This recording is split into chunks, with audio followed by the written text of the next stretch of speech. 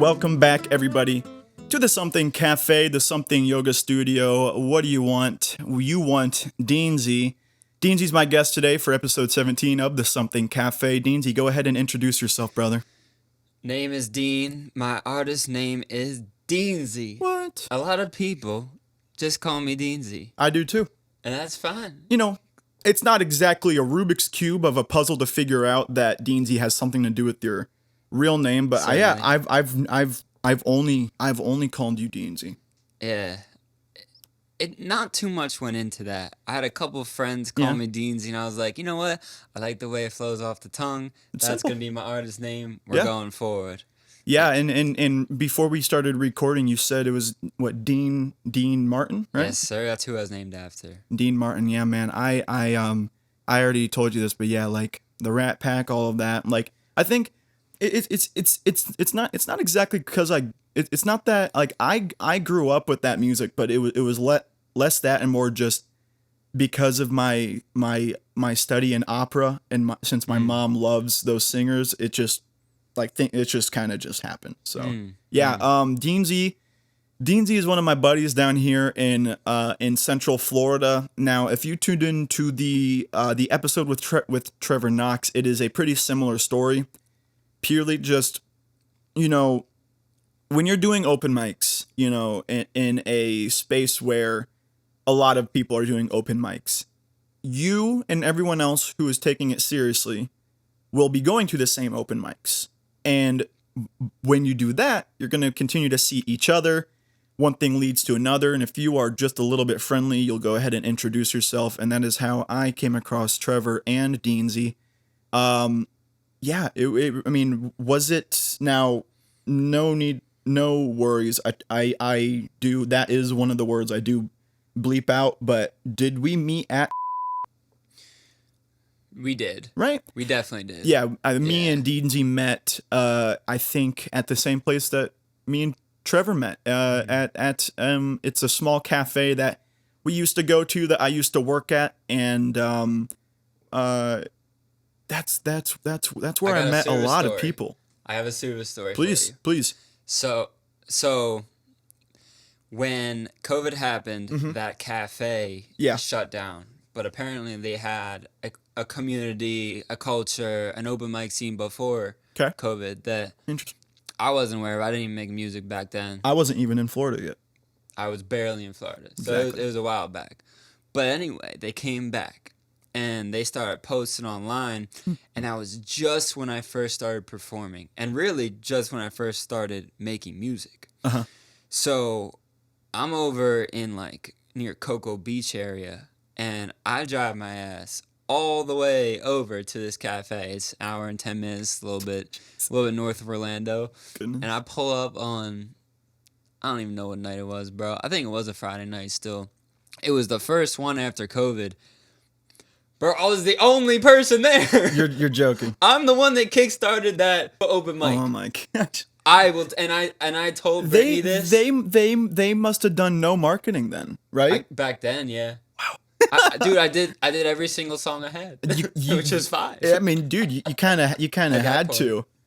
That was probably kind of killer though, right? Like that's like the perfect practice, you know, getting to perform, maybe not in front of a bunch of people, but just at least like get to perform with a sound system behind you. And if there's something new you want to try, you can go ahead and try it out, you know. Yeah, I shook off some cobwebs, some rust, some nerves. You were the only one. Bro, I was at the first one.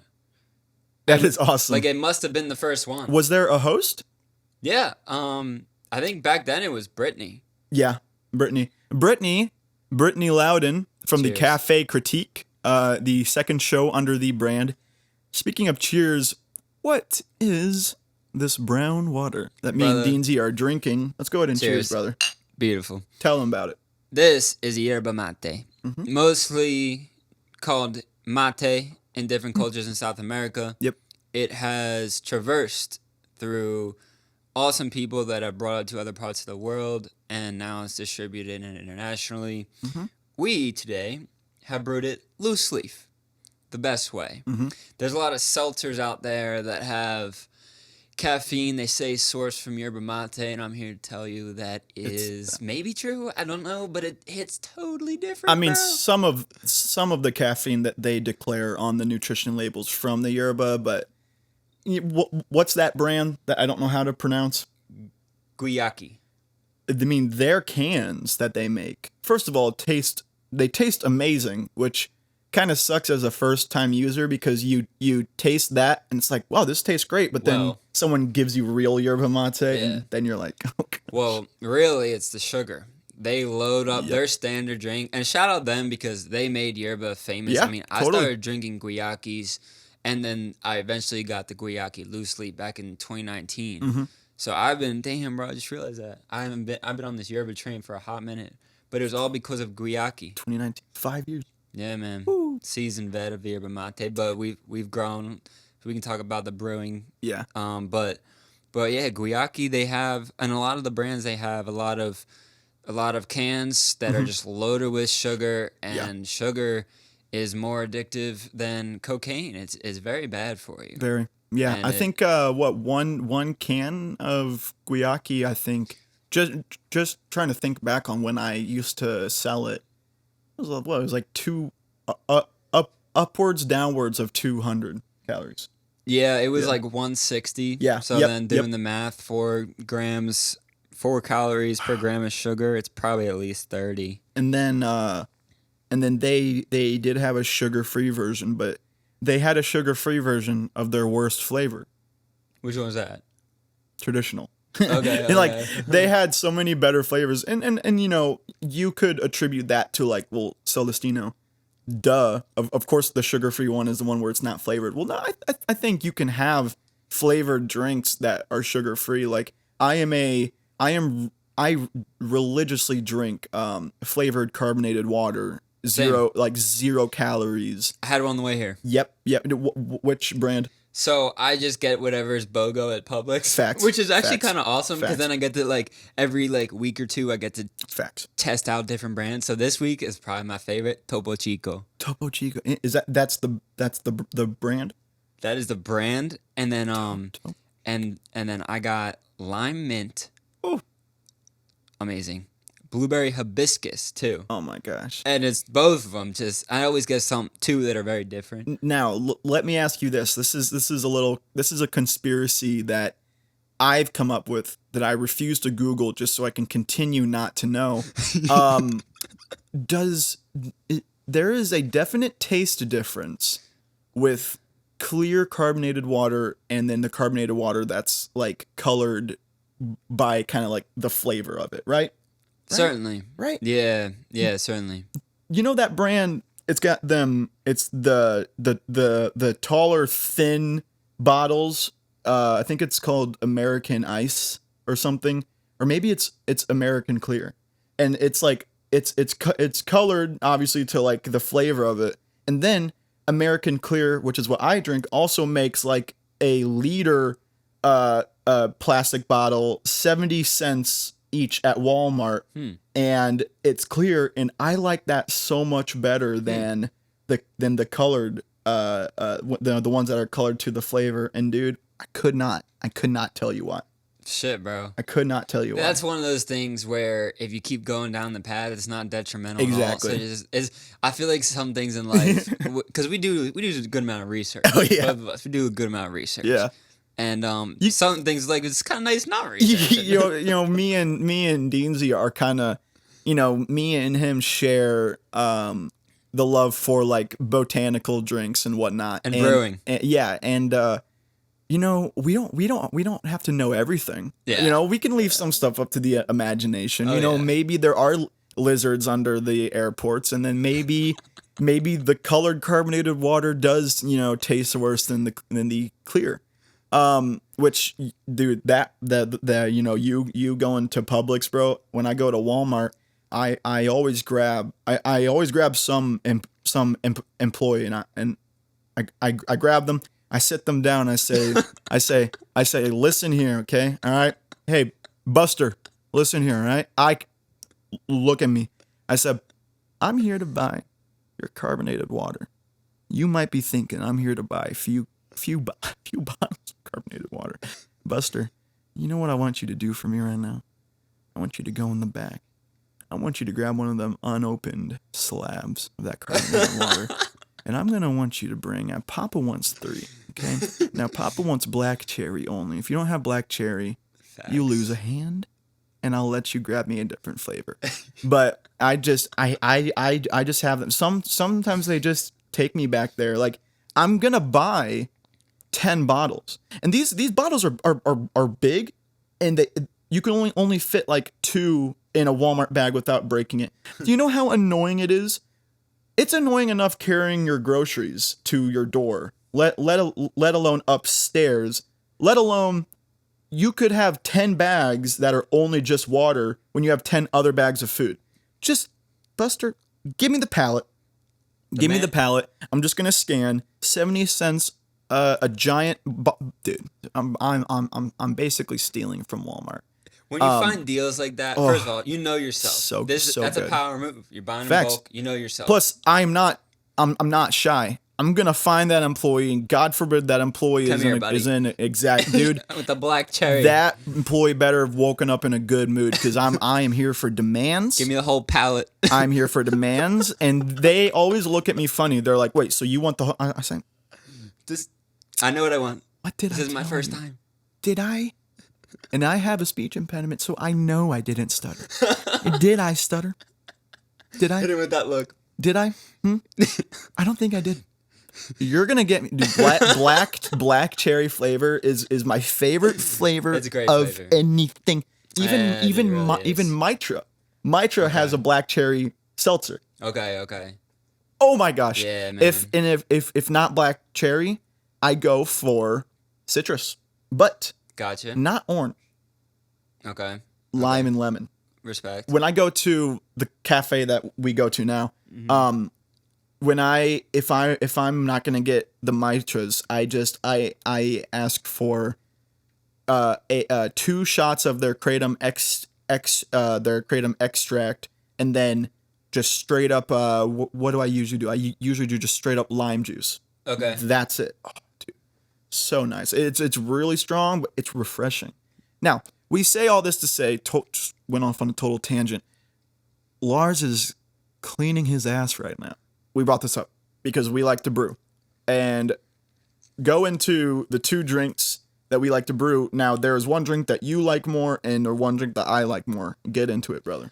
So, the one that I like is Yerba Mate. Mm-hmm. And for about a year, maybe more than a year now, Yerba Mate con Minta. So, it used to be I had a garden on the coast, and I still do have that garden. That sounds awesome.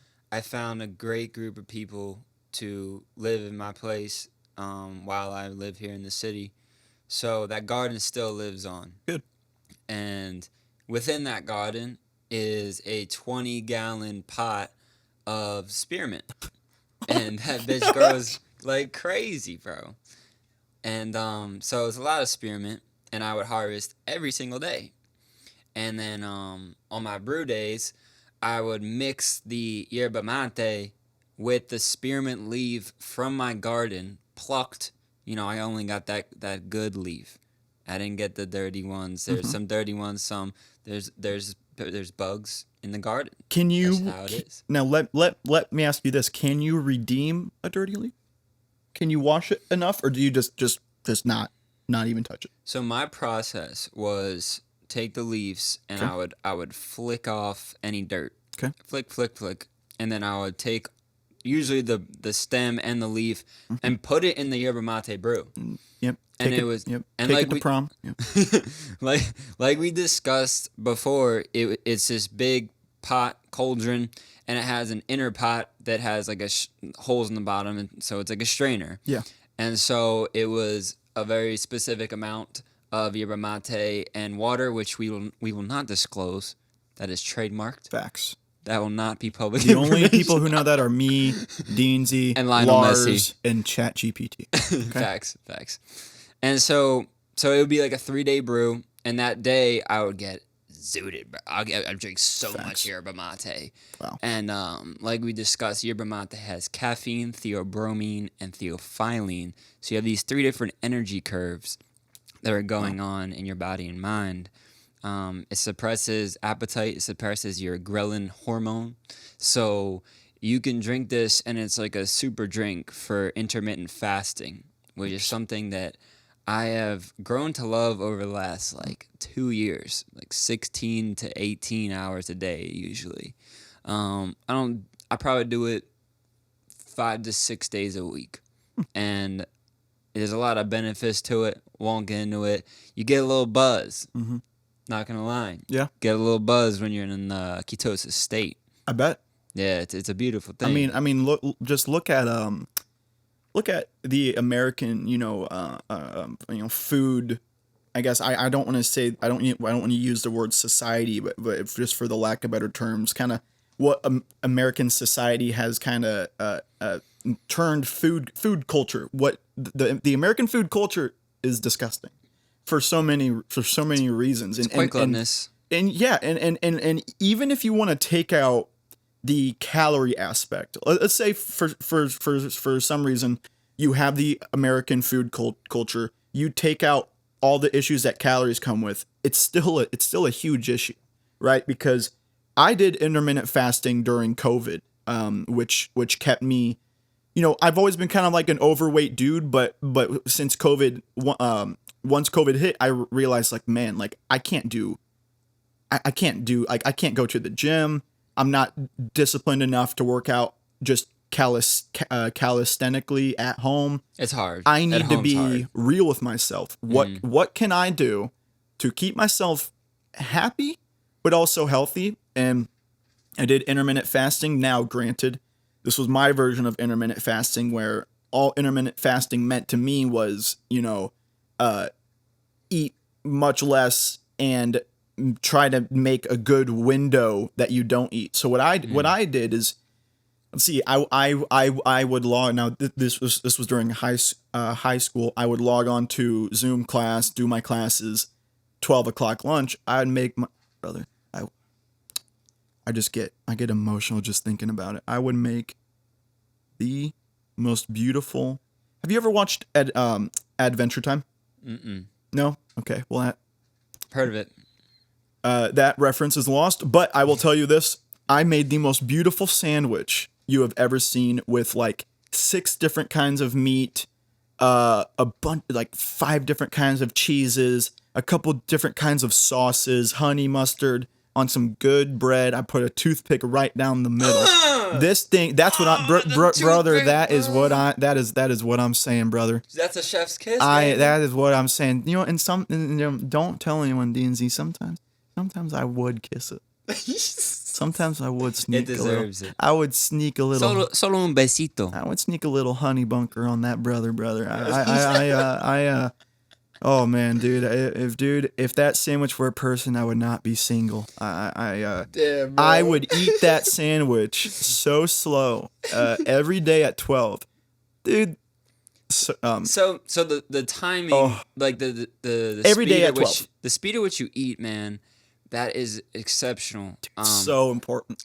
When I phone fast, I notice I eat slower, which Of course. says a lot of what's going on in your mind, and then with the phone fasting and intermittent fasting, you really respect and indulge in each and every single bite of food that you ingest. And if that does that to your eating, then you can only imagine what other things in your life will that improve. So Certainly. This is kind of what I've discovered by myself. And I think, I saw your text last night about phone fasting, and I was kind of trying to figure out what it meant, because you spelled it with a PH, and I'm like, what is brother religious in another way? But I zeroed in, but I was thinking about it, and this was something I kind of realized on my own, right? When you watch, let's say you it's a 60-second video of maybe someone explaining someone's journey to a world record. Not important, but let's just say Sure. the video is about that. Gotcha. When you watch it the first time compared to when you watch that video the second time, when you watch it both times, the video is always 60 seconds. The second time, it feels like it goes by so much faster. Why? Because when you watch it the first time, you're experiencing something completely new. You do not know this story. You don't know who they're talking about. You don't know which channel is talking about this. It's completely new information that you're taking in for the first time. So when that happens, and this could be anything in your life. It could be a way you do something at work. It could be even video games that you play, like shows. The first time is always slower than the second time because the first time your brain is experiencing something new. So every single second you are, and you don't feel it, but you are processing new information, and it takes longer. When you watch it the second time, it will go by so much faster because you already know what's going to happen. Your brain has already processed. Maybe it answers a question at the end. Maybe it keeps you wondering. You already know. The reason I bring that up is because I think that absolutely applies to something like phone fasting, where when you're eating and you're on your phone or you're watching TV or whatever, you can just, much like when you watch the video the second time, you will eat and it'll go by so much faster because you are already occupied. Your senses are already being occupied with something more stimulating than what you're eating. You take out a video, you take out any influence of screen, and yeah, that food, you will eat that so much slower, and you're actually going to enjoy it more because you are only giving your brain one thing to think about. Do you agree?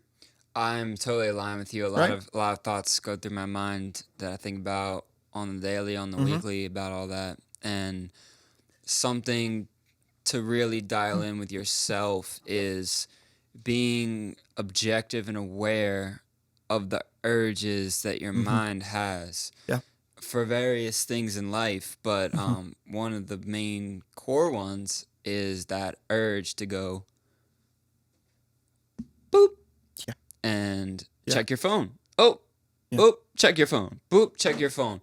And being objective about that and feeling that urge, and then just being present, breathing through it and watching the urge go away is a beautiful thing when you phone fast. And I actually do it like a prescription, bro. I'll literally turn that bitch off. I actually set up automatic replies through the do not disturb while driving mode on the iPhone. And I actually am writing a book called Navigating Novelty. And that novelty is the word for that new concept that you were describing in that 60-second video case study. So novelty is, if not the number one of the top factors in catalyzing dopamine in the brain. And there's decades and decades of literature about that. And I'm writing this book to bring it into a concise practicality for humans. And I only write it when I have ideas and research, and I log it into a big Google Doc. That's what I'm calling writing at this point. Wow. One of my main banes is I'm too curious and I have too many ideas. So I've learned how to try to wrestle that. So this book will come out one day, and one of the main core chapters that's the most established at this point is phone fasting. And I call it pH squared. And and it does amazing things to your mind, man. I used to do it before I made music and before I was a social media head ass. Now I still have to be a social media head ass, but I've found ways around it. Sucks, man. Yeah. It's it's pros and cons of living in the modern world with this turbulent digital ocean that's out there, catalyzed after COVID happened, and pros and cons to it. But before I was doing music and promoting it, it was like 3 out of 4 weekends in 2021 And especially like in the summer and the fall, I would go Friday evening to Sunday evening, no phone. That is so smart, man. Bro, it does amazing things to your brain. It Mm-hmm. surfaces your identity. Mm-hmm.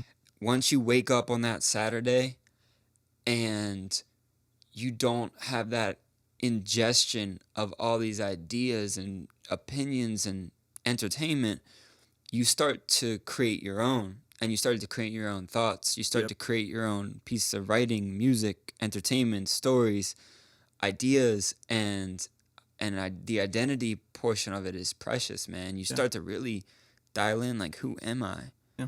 And I feel like I wrote about this in one of my newsletters lately. Mm-hmm. Imagine from the day you were 12 years old, every 15 minutes you have a little bit of caffeine powder and you lick it or you snort it Mm-hmm. every 15 minutes. You're going to become a serious addict. That is very similar to what you're doing with the neurons and the hormones in your mind when you go and check your phone that much. So that's what's happening when we inject smartphones Oh. into our human minds and habits from a young Absolutely. age. Absolutely, dude. Like, I am someone like, so mine comes in waves, right? You know, so I know recently I have been finding myself being on my phone longer than I would like to. And even just this morning, I woke up, I reached for it, I had it in my hand, I was about to turn it on, and I thought that exact same thing. I was like I gotta work on this. Mm-hmm. You know, yeah. I'll cut you off. Please, In that moment, please. what I do lately, and my phone's over here, Mm-hmm. I'll literally like, I'll have the urge and I'll go for it. My arm's already going. It's like, Yeah. you don't even control your arm. It just goes for the phone. Yeah. And then I go boop, and I just Interesting. I just tap it. Interesting. I just tap it, and then I just walk away. I don't even look at it. Even those small little things. It's the right? little things. Of course. Yeah. They add Like, up, man. you know, yeah, like there are reasons why you might spend more time on your phone, right? So first you have the base how do you say the you have the base want, like the want is distraction, entertainment, right? Like you just you want to grab it for the most generalized reason, just because it's something to do, it's something to kill time. It distracts you. But then everyone these days has that. But then going from person to person, there are other factors that will increase that want, will decrease that want. I think one of the main, I think a big reason, I mean, it seems pretty obvious. You know, you have a lot of people with depression. Now, why do you think, right? Like, why do you think someone with depression would be more, you know, addicted to their phone than someone without depression? Now, as someone who takes, who was clinically diagnosed with a chemical imbalance in my brain with my serotonin, I have firsthand experience with this, and this is why I'm very passionate about it. Mm-hmm. The reason is it's really quite simple. You know, you don't like you right now. You don't like where you are right now. Even if it's not that bad, even if it's great, there's something in you that is keeping you from believing that things are good right now. And what better thing to distract you from that than a distraction like the phone? You hop onto it, and then boom, you forget about it. You forget about what you were talking about. You might find, and unfortunately, this is how the big social media companies kind of create the algorithm. Depending on what videos you watch more, if you come across a video that's justifying your depression, and the algorithm sees that you watch that 5 seconds more than maybe a different video, they're going to keep showing you that, which is going to basically keep you in your bias longer and longer, thinking I am depressed and there's nothing I can do about it, so I need to keep watching. They do that on purpose and that's just going to prolong it. And that's just one example. It could Yeah. be a myriad of things. It could be unfortunate circumstances that aren't even in your control, right? And that's what we're dealing with, because it is, at the end of the day, it is a business, and they want eyes, they want viewers, they want money, and how do they keep that going is just keep this conveyor belt of stimulus rolling, in which unfortunately nowadays every human has become accustomed to. So that's why things like what Deansy's doing is super mindful, super smart, and I think as artists, as people whose passion is something that needs to live on the internet, it gets kind of hard, right? Because then you kind of have those conversations with yourself, like I know I need to delete Instagram, or I know I need to delete TikTok. Well, then you kind of convince yourself, well, I do need it for the artist, for the music, right? Yeah. What are your thoughts on that? Well, what you touched on, how deep the psychology goes behind the design of, the word algorithms thrown around a lot, but it's a good word to just describe the engaging part of everything and how everything's distributed. But there's documentaries like The Social Dilemma from the founders of Facebook that, and this was the psychology and social experimenting going on 7-8 years ago plus. And so it's like, where are we at now in terms of how fast they can receive and process data, especially with artificial intelligence tools? So there's models out there of how your brain works in a data center. Period. And data, I think like 6+ years ago, breached oil as the most valued commodity in the world. That was like 6 years ago. And that data is essentially these profiles of human beings and how to manipulate them for their attention and for their consumerism. Yeah. And it's a wild world we live in, man. But it's a beautiful thing that Elon actually called this the smartphone is the first frontier of being symbiotic with technology, with our biological bodies. I believe it. I believe. And then with Neuralink is the next frontier, and really it's AR VR, and then one day it will be Neuralink. Yep. I think the first real good taste of that was dude, look at the Apple Vision Pro. Yeah, man. They killed it. They killed it. I mean that's and it really is such a fun topic, because we aren't trying to be doomers here. It's an awesome thing. Like this kind of this technology that Elon's talking about, the Apple Vision Pro. I mean, think of the good. Think of what this can do for humanity in instant information storage, accessibility for people with. I mean, I seriously think half of the disabilities that humans suffer from right now will be arbitrary in the next 100 years. Agreed. Because of technology like this. Now, I truly believe in the 50-50. However great the benefit is, I believe there is a near perfect correlation to the negativity that it can bring with something like something like this. Now, you could kind of debunk that with saying like, well, is it the same thing? Like, if they find the cure to cancer, are you saying the benefits of the cure of cancer will bring negatives? I'm not saying that has a perfect correlation. Granted, you never know, but something like this, technology based, I believe that the benefits are as equal to the drawbacks, the side effects. And that's a scary thing, right? So with as cool as the Apple the Vision Pro is, as cool as what Elon's trying to do right now, dude, at the same time, like, it is it's kind of scary, and you really can't help yourself from trying to, like, you will never come to a consensus on if you think that it's going to be the best thing ever or the worst thing ever. Yeah. We won't know until that actually happens. And unless the world turns very extremely dismal, there's certain things in our life that we can reach out for and hold true to our heart, Yes.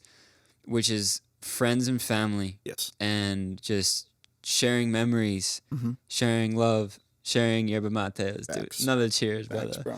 Cheers to that, Dude, man. yeah, I mean, Boom. that not the human experience, right? That is so pure. A wise man of all Ravikant said, and this man is a billionaire that has grown companies, sold companies, but he's also a philosopher, and he's a person that spreads a lot of wisdom for free. So he said, and he's analyzed so many wealthy individuals and non-wealthy individuals in terms of financial wealth. Mm-hmm. And he said the three most core parts of happiness are a fit body, a house full of love, Mm-hmm. and a calm mind. A calm mind, not a stimulated mind, not a anxious mind. Yeah. Not even like a really hyped up, like, happy mind. He said a calm mind. And and I have to, I'm definitely aligned with that. There's a lot of meditation practices that I partake in, and when I'm doing my best at them, it is by far when I have to struggle the least to feel that sensation of happiness. Yeah. And then fit body, so important. It's really like medicine. Absolutely. And then a house full of love is so true. As we go forth in our youth and beyond, whenever we have any cohabitation issues, it feels like it's like so deep and visceral, those issues. And then, like, so, and I've been through that in college and whatnot, and the fact that he put that as his 3 pillars of happiness makes a lot of sense. And So much sense. It's like, because I guess, where we're living is like an extension of what's going on in our mind too. Yeah. Which is, man, you got a freaking cool place here. I mean, yeah, cool. and just you saying that, right? It's like, well, a house full of love.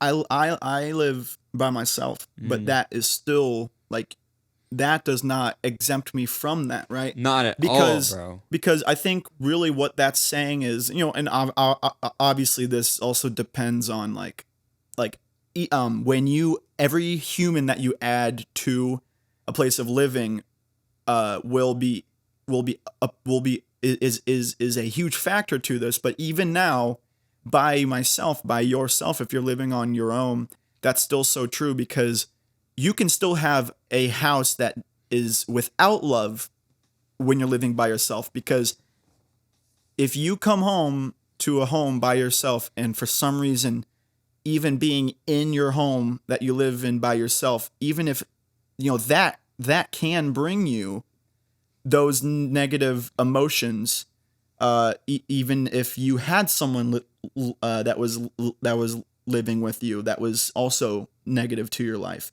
What do I mean by that, right? Like, this is something that I've been through. So I've been living on my own.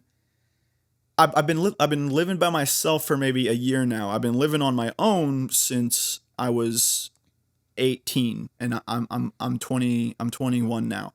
So when I first moved out into my own space, after I had done the roommates, I'd done the college stuff, it was pretty rough. I'm not even gonna lie. At first, it was rough. Oh, dude, it was rough. I mean, I would come home and I'm coming home to nobody, right? And and this also kind of plays into the insecurity that a human can have when they do not have a relationship with someone. That was also playing into it. But I would come home, and I wouldn't come home to a house of love. I would come home to another reason why I was sad. And I was living with that for maybe a couple of months, and it's I thought to myself, like, man, this is horrible, because every time I come home, I am reminded that I am, now this is what I thought, but I'm reminded that I am alone, right?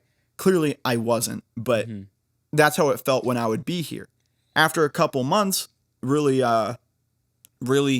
trying to break that down, I started my new job. Things started looking much better. I would be able to come home, and I would feel perfectly fine. In fact, I would feel better, because I would come into a home that I, have, not built, but the inside. I built the inside of this to my liking, to make myself comfortable, to make it efficient with this studio setup, and I was able to turn it into a house of love, which is such an, I've never thought about it until you just said that, because that's so true, and that plays into, and this loops around perfectly into the when you are without something, the human will try to find something to fill it, and that comes to the phone, to technology.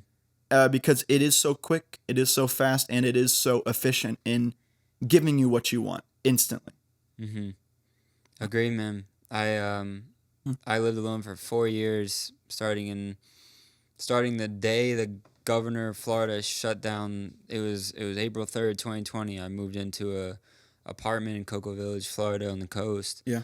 And I went through like a honeymoon phase, because I hadn't lived alone like permanently ever, and I was like, dude, this is sweet. Oh yeah, I can finally start making music. So totally. my story is, I wrote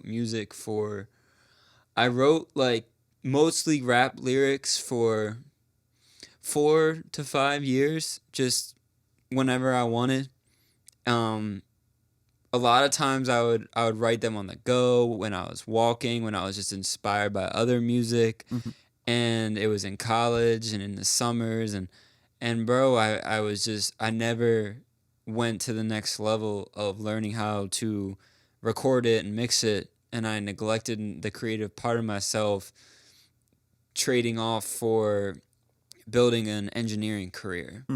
And every semester I would come back and I would say, I don't know, I'm gonna like do some music and then the exams would hit. It's like, you thought, bitch. Yeah. Those mechanical engineering is very, very difficult, and there was like 4 years of that. It was a big grind. Wow. And it brought me to Florida. It brought me to where we're at today. So where were you born? I was born right north of Philly, Okay. a little bit outside of Philly, Gotcha. Pennsylvania, and spent my whole childhood there, and also the Jersey Shore. That was a core part of my life. Every summer, and then I did a lot, man. My life was a lot of sports and school and just like kid shit. Yeah. Until like high school, then it was like all hockey Interesting. and ice hockey, and it takes a lot of your time and energy, but it was, I say it's the most underrated sport in the world. Hockey? Is ice hockey. Tell me about it, man. Every time people start going to the games live, they talk about it a lot. They're so excited to share that experience and their like newfound love for this sport. And that's just watching it, bro. When you play that shit, it's like any other sport. It's totally different when you're in it. For sure. But it's so much faster. Wow. But it's just so dynamic, man. I mean, it's a cool ass, very unique sport that you're on skates, bro. Yeah. I mean, you're on ice. Yeah. And it's like, it's like football, lacrosse, and figure skating and soccer. Right? Yeah, right? there's aspects of all that. And for sure. Air hockey. Well, you can't say it's not. Exactly. Yeah, dude. It's cool, man. Wow. Some of my favorite I have so many memories from playing ice hockey, bro. I mean, I played since I was 5 years old. Wow. And Was it like a family thing or just something that, you know, yeah, your mom kind of threw you in and you ended up loving it? no, it was definitely a family thing. Like Gotcha. my dad played a lot of sports, but he definitely put me onto it. And then like my sister is like 2 years younger than me, and she was really good. She got put onto it, so it ended up being like a big time family thing. And then like me and my sister, like our social, like all of our activities during hockey season was with our hockey team. We would travel around 3 states. Yeah. It was like high level ice hockey in the Northeast, and it's a culture, man. It's like straight brotherhood. Wow. I mean, you go to war for each other. Like you hang out with each other all the time. Outside of it, the tournaments, we would go to these hotels and we'd fuck around as kids, just all around these hotels and go play like 2 games a day. It was crazy. It's so special, man. Yeah, There's what is it about those times when you're younger, like what you just recalled with you guys going to hotels and, you know, you guys feel like you have all the freedom in the world and y'all, you know, I'm guessing it was a bunch of boys, right? certainly. Just you and a bunch of boys, like you guys feel unstoppable. You guys, you know, you guys get a little bit of the taste of independency without any of Yeah. the concept, Yep, that's a big one. without any of the consequences. When really, if you zoom out on it, like you weren't. You were in a hotel with a curfew because you were 8 years old, you know, like, but there's something about those moments, dude. I'm getting chills, you know, because Yeah. you never ever forget it, and that's why I think high school's so precious, you know. It is. Unfortunately, there is a possibility that someone could grow up with a horrible experience of high school, Certainly. and that's something that, you know, I had that, but not in high school. It was with junior high and everything before. Just a very long history of being bullied and you know, the being overweight and the Tourette syndrome certainly didn't help. And but once I got to high school, things had changed. And dude, Deansy, I genuinely could write the most interesting book about my experience in high school. Why? Because everything that happened to me in high school was something that you would bet your life on that it was fictional. I mean, it was truly magical. Okay, cool. In the best and worst ways possible. Things Okay, like, okay. you know, the greatest things happening to you, the peak of exploring romance and making friends, and then at the same time, you know, being there for when your best friend, you know, rips a bathroom stall door clean off of his hinges and shatters mirrors, to like everything. Like it's kind of a douchey thing, but it was like, dude, it was like a freaking movie. It seriously was, man. I say that a lot too. 4 years. Don't think of it as douchey though, man. Like be proud of the fact that you juiced life. I'd say this a lot too. You juiced life, bro. And dude, even, you know, and it's just so funny. I was just talking to my friend about this yesterday.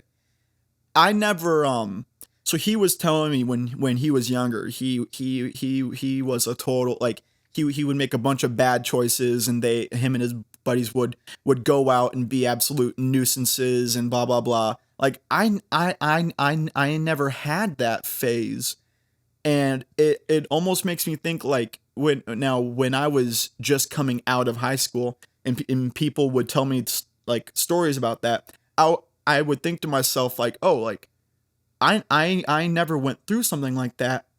Did I miss out on a key experience of high school? Later, did I learn? No, I didn't. It's very, it's just not the right way to look at it.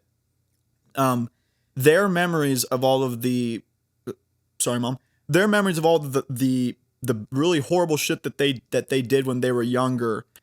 Those memories for them hold that same nostalgia. Not because it's not that they're necessarily proud of what they were doing, you know, vandalizing, stealing, whatever. That for them holds that same nostalgia that my memories of a lot less criminal high school career also held.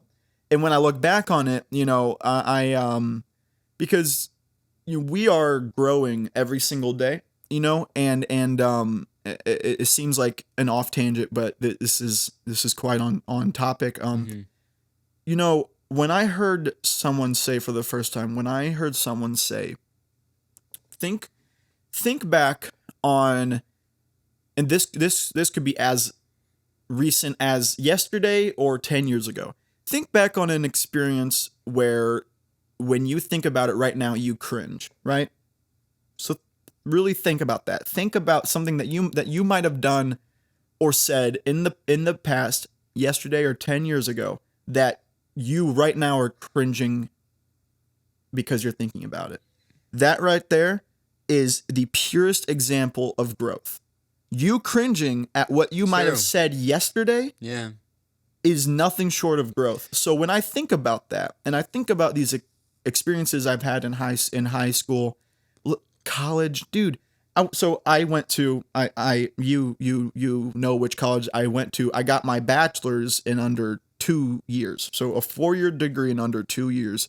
And given that I was kind of, you know, I'm a religious dude, raised Christian. I still practice that faith. I didn't really fall into a lot of the college stereotypes of like doing drugs and drinking, Mm-hmm. but I certainly had my dabble with those things just because that's what was there and that's what was happening.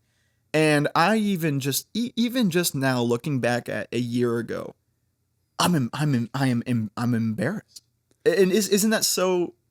Like, what do you agree with that? Being embarrassed, No, or, sorry, or just looking just back? just looking back at what you might have done or said in the past, maybe. Because how old are you? I'm old as shit, bro. How I'm old? I'm an old bag of dirt. I now, because you don't look or sound or act old. Bro, my How soul old my are you, though? soul gets younger and wiser at the same time every All 2 right, months. hot or cold? So I'm 21, above 20, Yeah. yeah, under 30. Yeah. Okay, 28, Nah. 29, Nah, I'm 26. 26. Okay, Yeah. okay, you're like right. Hey, bro, You're I'm tickling 27 though. Yeah, you are like right over the middle. All right. So you went to college how many years ago? Actually, like last week, like last week was my 5-year anniversary of Okay. graduating. I look back at the pics, I was like, Yeah. bro, I was so proud. I was so surprisingly proud Good. that day. Good. Right? Good. Yeah, I was like in the trenches for so long of just grinding these exams and projects from Cannot even imagine. engineering.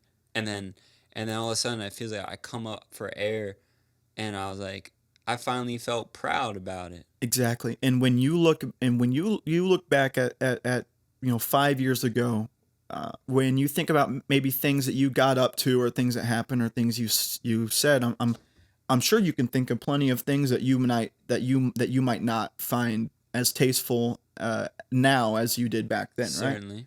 Certainly. Right. I think every single person should do this with their self and with their memories, is just sit there and just think about what you might not have been the most proud of doing or saying back then. And even if you feel the slightest amount of cringe or disgust about it, dude, no, there's not a pure example of growth. And it's kind of damn it, Lars. That was a big jump. Lars is something else. It is kind of, what's the word? It's kind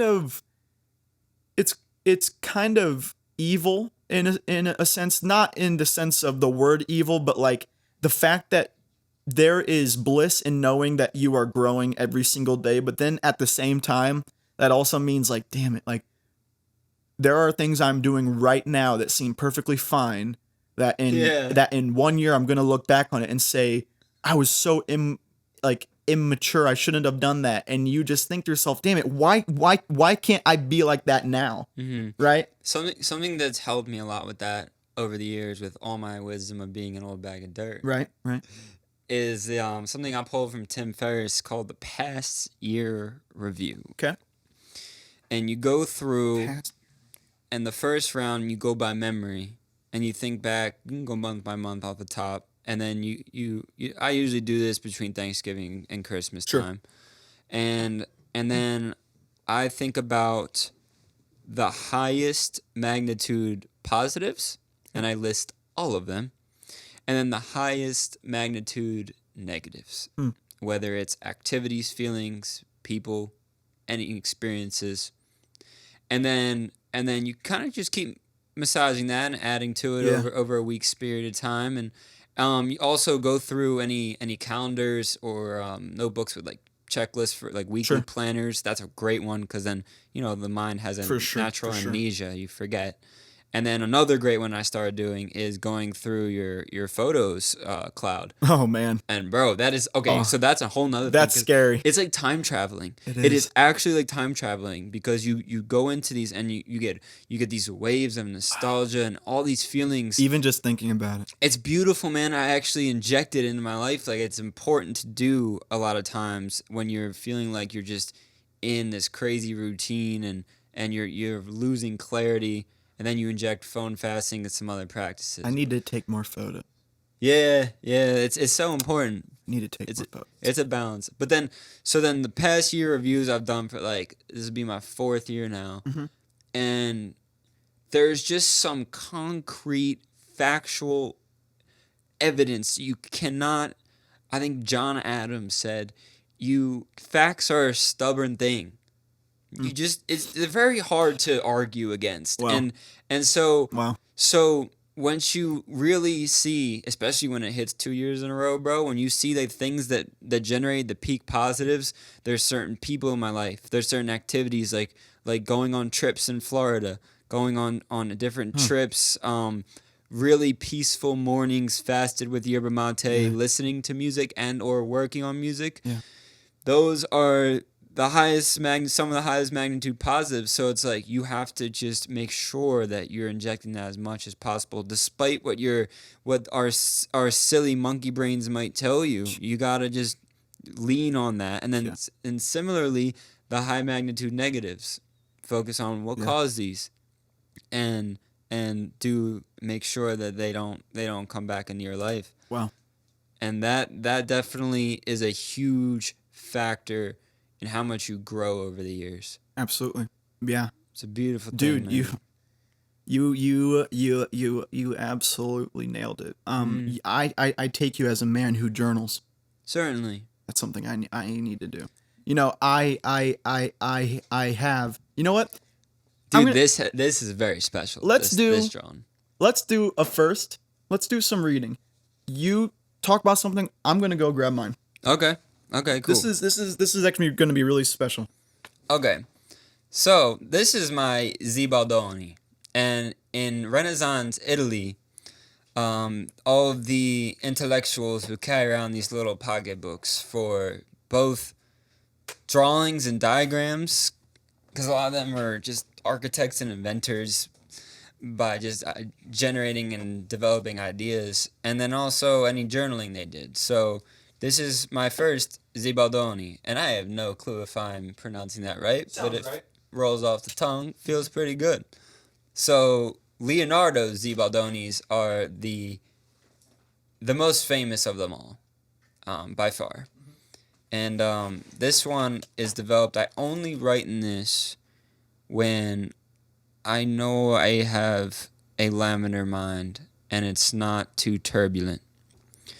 And that can come in a lot of different ways. And it's about 6 months of this. So I'll write the location, I'll write the weather, dry bulb temperature, relative humidity, the date, the time of day, and most importantly, the mindset, how much caffeine I've ingested or other substances. Gotcha. So I could talk about this for a long time, but yesterday I did a little microphone fast. Okay. And I have this section that says music stories for Celestino. Seriously. Oh yeah, dude. This is straight off the top yesterday. Tell me. So, damn, bro. I got how many here? 9. Pick a number, 1 through 9. 1 through 9. Let's do 3. 3 is the Captain Barbosa music video. Dude, Okay. we had a day where... Wait, hold on. Captain Barbosa was one of your songs. That is the second song I ever put out, and it's this cheeky little John that I was just super inspired after one weekend. Wait, hold on. Can you grab that just so long? Lars is my own Captain Barbosa, and how he will pee on himself and lick it at the same time. Oh, hell yeah. Go on. That's wild, dude. He's mounted about to jump. Right. This one's cool. Second song you've ever written. Yeah, this one's cool. Okay. It is. I'll keep this one short though. Sure. It was just a group of great people, and I brought them all together, and we did. My cousin had a boat, and we took it down to South Florida, West Palm Beach, and we went fishing, and it was treacherous seas, and I actually, on different occasions, I almost perished in the Atlantic Ocean. Wait, hold on. The Captain Barbosa music video was something I'll cherish forever, because it was like I had a friend, he brought a drone, and it was like we were like Hell yeah. we were like sword fighting on the boat with like coconuts on the boat, and it was pretty epic. Yeah. So it's like those are the types of things you remember forever. Absolutely. But yeah, man, me and my cousin and our buddy, we did some fishing trips down South Florida, and those are some of them favorite times in Florida I remember. Some of those like peak magnitude positives of the year. There was 2 different occasions where we almost perished at sea, bro. I mean, like, you really think about it, and it's like there is like X% chance in a parallel reality where the water in the boat didn't get pumped out in the Jupiter Inlet, and we were capsized, and really by the skills of my cousin's captainship, we made it out of the inlet, and we didn't capsize. I wouldn't have been able to swim to shore from there with those seas. It was, yeah. Wow. This happened when 2021. You were recording the music video? This was a different time. The music video was inland and a different trip. There's another time at sea, bro. That's scary. There was a storm coming, and we took a little bit too long we were out pretty far. We took a little bit too long to get back in, and the storm kind of came on quick. And then we were trolling a lure on the way back. Yeah. And we had a big fish we caught a big fish, and we fought the fish a little bit too long. So now it starts really raining on us, and I'm like, yo, we gotta do something about this. And so we really yanked on the fish, and then the line broke naturally, and then we jet in. But dude, we got lucky because we got closer to the shore, but you really couldn't see like 100 yards around you. The rain was so bad you couldn't open your eyes, and we were out there for like almost an hour. We turned into like animals that were just so cold and wet that it was the middle of the summer by the time we got back to the car, thankfully, and we just blasted the heat for like the whole ride home. You think if you guys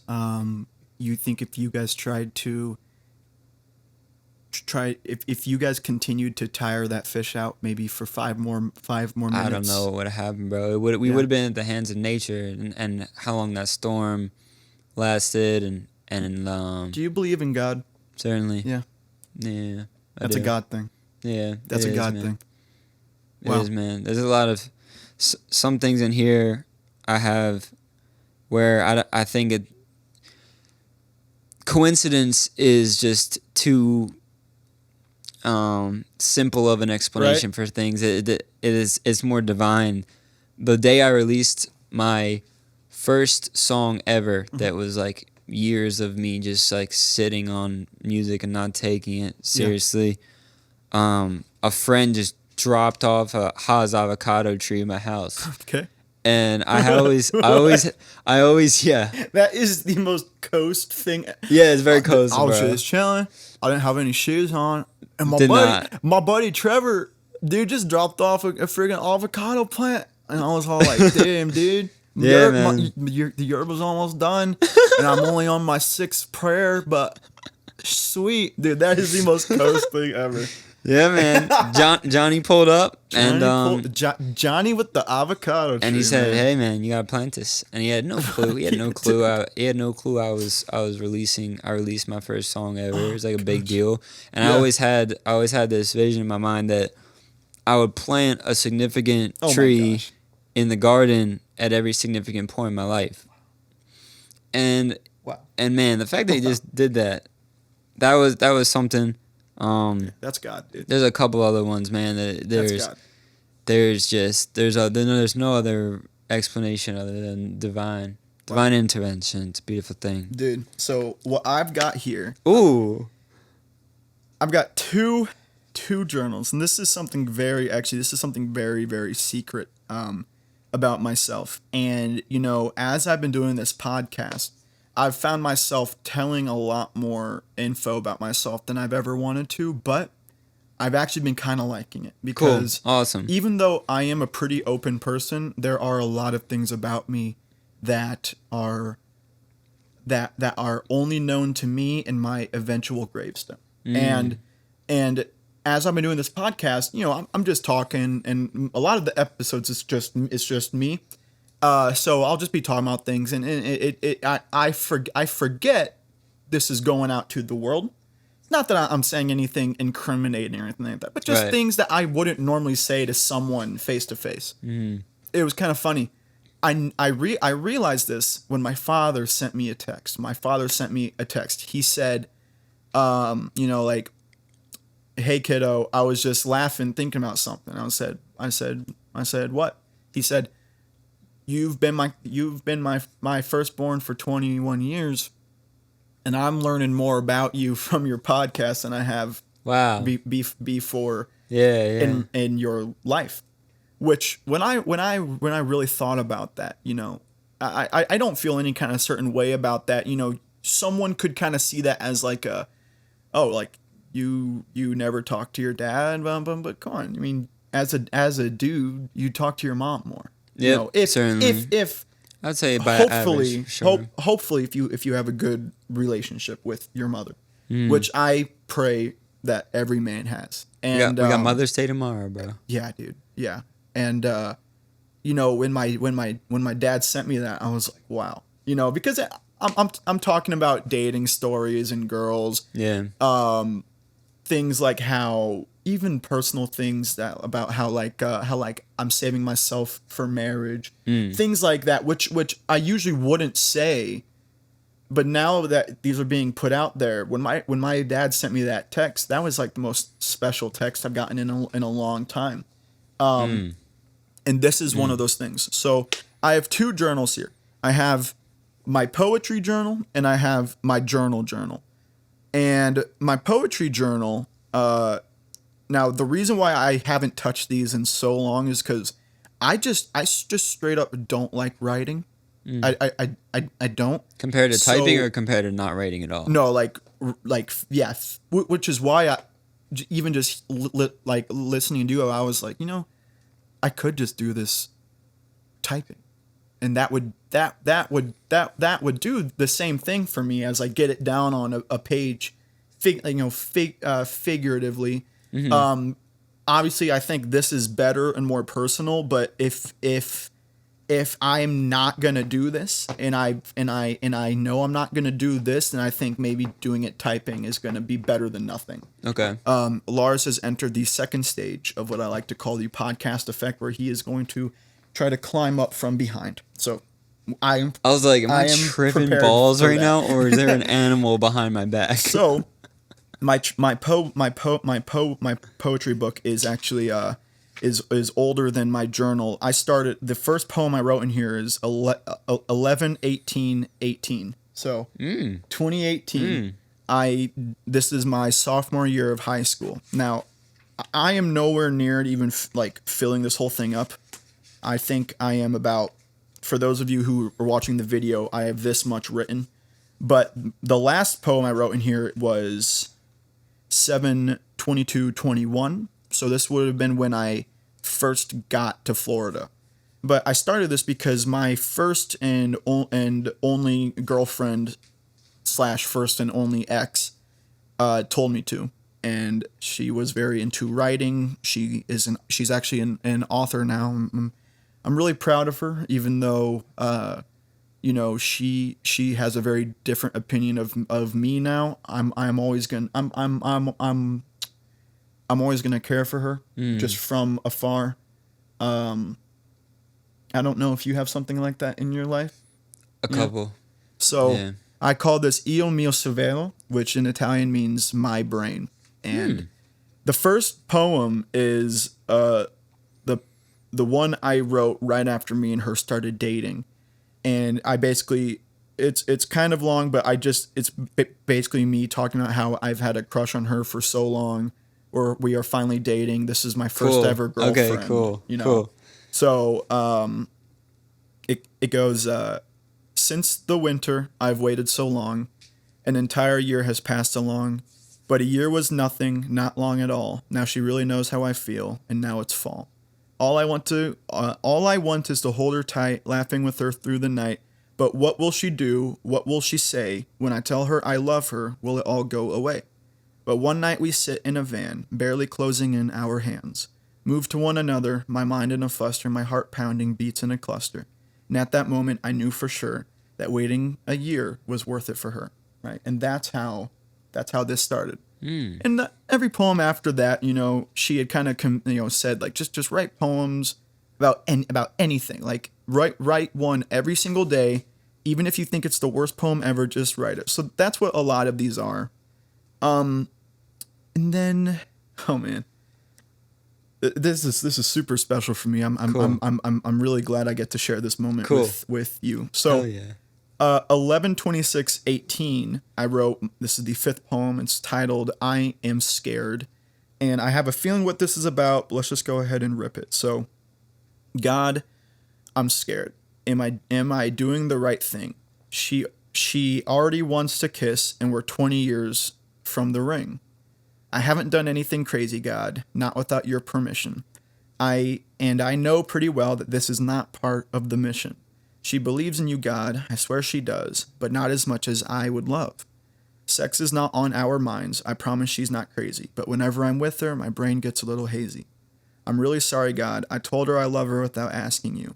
And actually, this is completely different and completely new. I pray I'm doing the right thing, God. Why am I scared? Are her and I really meant to be paired? God, I'm scared. So, I believe I wrote this one, and this is kind of funny, right? I say in the first stanza, she already wants to kiss, and we're 20 years from the ring. Now, to anyone else, that seems pretty dramatic, like someone saying, oh my gosh, she wants to kiss, and we aren't even like, we're only like 14, but you got to remember where I was at that time as, a devout Christian, still am, and I've always known I'm saving myself for marriage. I try to be careful with love. And now when she tells me that she wants to kiss me, I get really, really scared, right? Because it's like, I don't want to fall into that kind of temptation. Yeah. And I write that, and and I'm thankful every day that I'm gonna have this. Yeah. To look back, and this is what we were just talking about. The absolute growth. It's a time capsule. It's absolutely, a beautiful time capsule. I mean, I'm even thankful I dated these. I mean, that's huge. That's 2018. That would have been, sophomore year of high school. Everyone has to date their writing. Please. Anytime I look back at my writing that's not dated, I like. There's a part of me that cringes. There's a part of me that says, "What if?" It's like, it's so fascinating. Especially, start to write the time of day, the weather. I will. The location. Yeah. And the mental state you're in. That's just the coolest thing ever, man. Yeah. The rest of these, are all pretty general.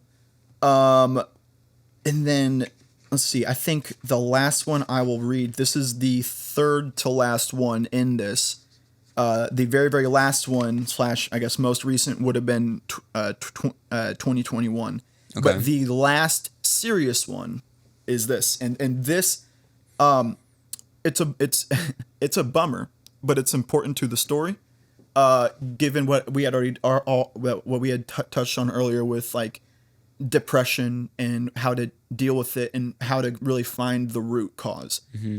So this is 21. I believe this would have been after we had broken up, which I broke up with her because I had realized just how ungrateful I was to her, and Damn, bro. just I would wake up every morning in constant pain because I knew I would be going to class, going to school, in a relationship with a girl that I didn't love anymore, but was still so scared to break up because I don't know if that's ever going to happen again in my life. Pretty some pretty intense shit. Takes a lot of courage to part ways in that point. Yeah, because you can go down the selfish route and say, I can hold on to this person forever for this like security blanket. And that is all it was. That is all it was. And finally, no one told me to do it, but finally I just realized like this is torturing me.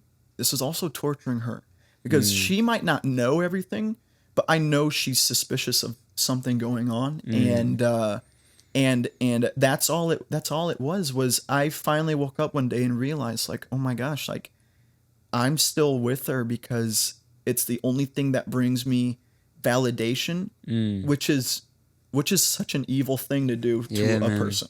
So this is after we broke up. Young love is very imperfect.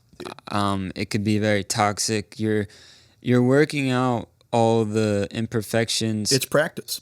It's practice, and you have to go through different repetitions to understand yourself and how you react to little things. Like, what if they do like emotionally show affection towards another guy? How do you react to that in different scenarios? And I truly believe, dude, it really has to happen when you're younger and consequences are not as serious. It certainly helps, man. It certainly helps. It does. Yeah. I've been on a lot of journeys myself, brother. Could talk about it for a while, but it's amazing seeing yourself grow. And a lot of people will say the foundation of a healthy relationship is a deep love and understanding of that self first.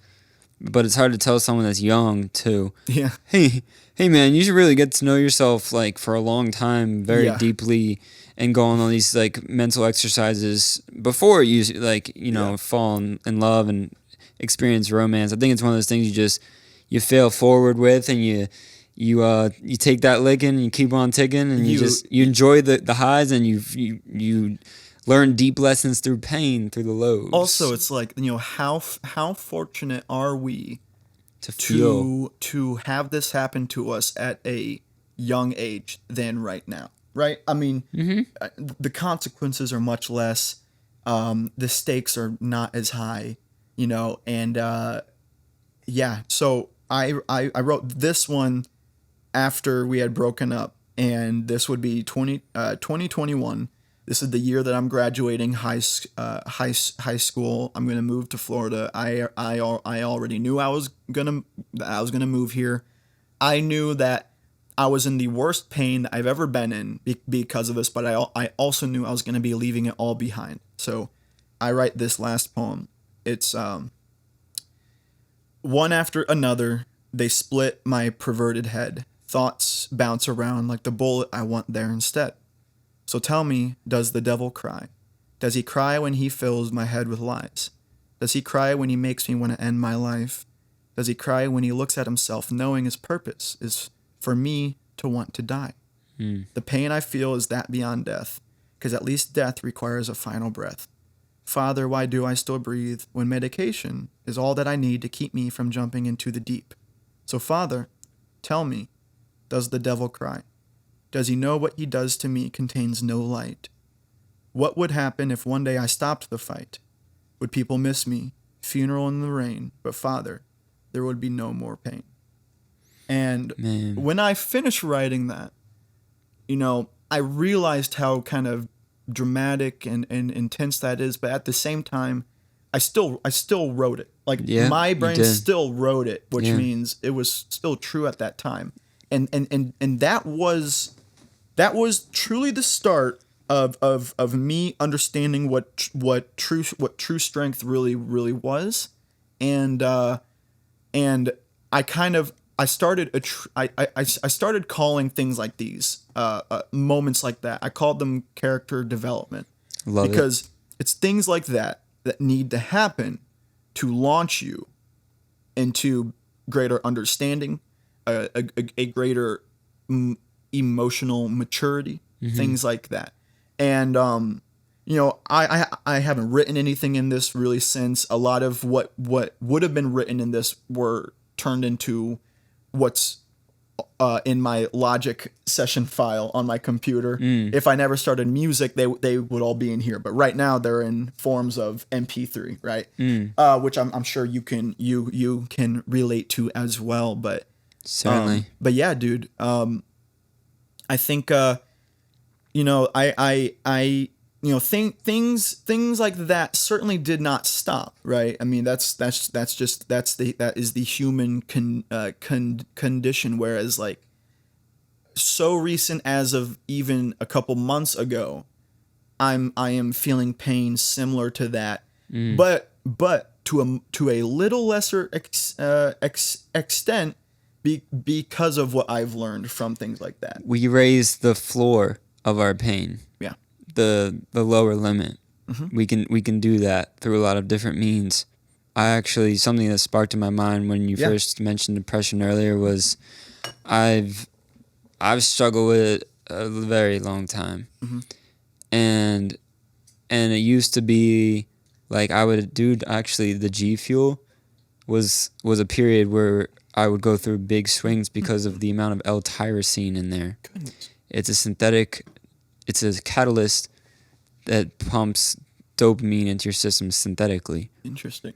And so it's something to be aware of. Certainly. Yeah. No, that's really good to know. Yeah. And so I didn't know but I was going through engineering school. I was drinking that a lot. And then going through, I was like partying, drinking, smoking, having a tumultuous relationship. Wow. So when you have those different factors running, it's hard to combat depression but you can get to a really healthy point.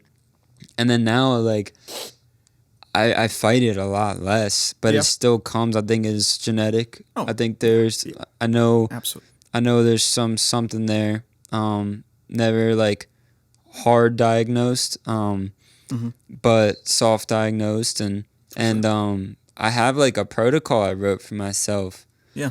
And it gets to the point where I'm like, I usually fight off any like bad feelings, and I do certain things: run, meditate, phone fast, a plethora of things. And but it's eventually, once in a while, it gets to a point where I just let it hit me, bro. And then, bro, I'll literally just cry it out. You can't do anything about it sometimes. I'll play a playlist I have. It's called Away From Home. Yeah. And it's like mostly sad songs. My happy ass sprinkles in happy songs in that playlist. And then sometimes I'll be in that mode, and then the happy songs hit. I'm like, okay, there's hope.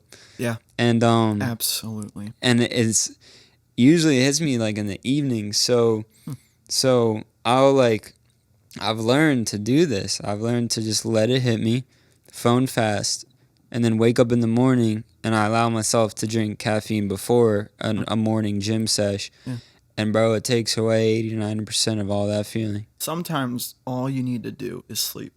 Facts. All you need, like, sleep is so important. Just the other week, like just last week, it was a particularly rough day at work for a lot of reasons.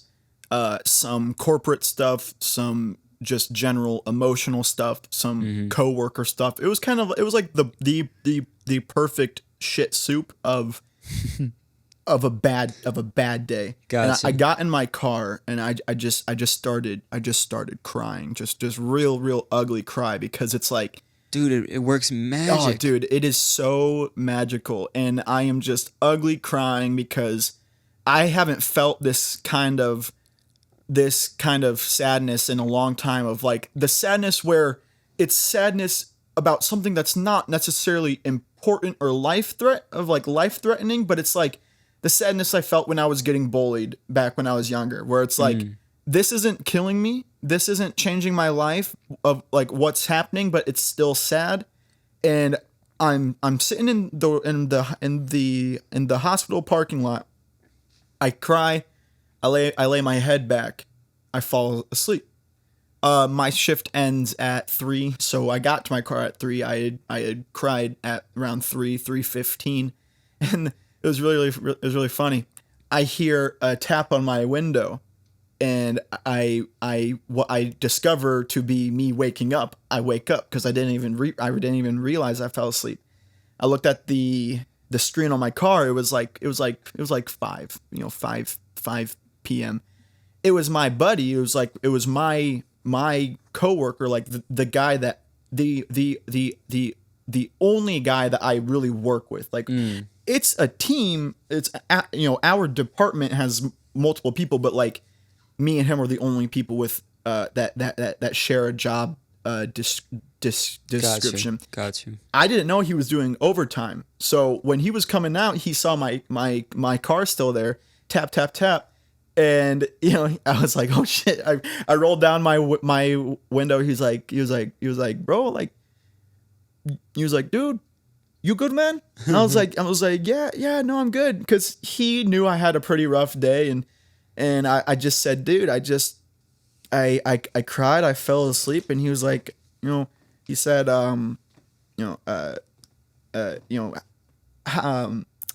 how do you feel? And I was like, you know what, dude, better, because that sleep is the equalizer. It doesn't just suppress every emotion. You turn off. Yeah. It is. Yeah.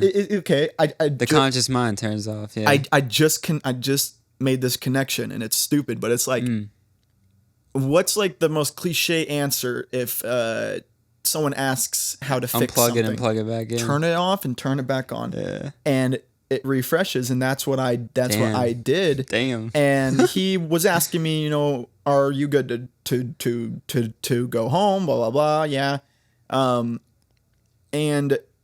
But that thing that had happened to me that day, back in high school, back around the times when I was writing that, it would have taken a month to get over. But because we are older and more mature and more, we have a lot more experience with stuff like this, it takes a lot less time. Now, this other book is my actual journal. Cool. Now, it's so funny. My first ever girlfriend told me to start the poetry book. The second woman I really ever fell in love with was the one who told me to start this. Never dated. That's where a lot of this pain does come from. I did write down the time on this one now that I'm looking at it. You signed them. Yeah. Beautiful. So I'm gonna read the first one, just as some exposition. I'm gonna leave out some names. Cool. But this would have been 10/24/2021. So basically right after the last poem, right? 8:05 p.m. I've been through a lot of shit the last couple of months. Girl 1, girl 2, and my mom's eyes. She went blind. Through it all, it's made me think I'm not good enough for girls or people in general. Girl 1's situation brought me the most pain, almost as much pain as high school girl. I've learned to not give girls too much room in my heart. I gave girl 1 way too much room in my heart than she deserved. It made me think guy was better than me. Wrong. I'm the best I could be. Sometimes people just don't click. I'm taking time for myself now. Distancing myself from social shit. I've gotten so much better at not needing people to be happy. Love you, buddy. signed. And that's when my journey of not needing people started. So my whole life, I have been very, reliant. Deansy, reliant is not even strong enough. Okay.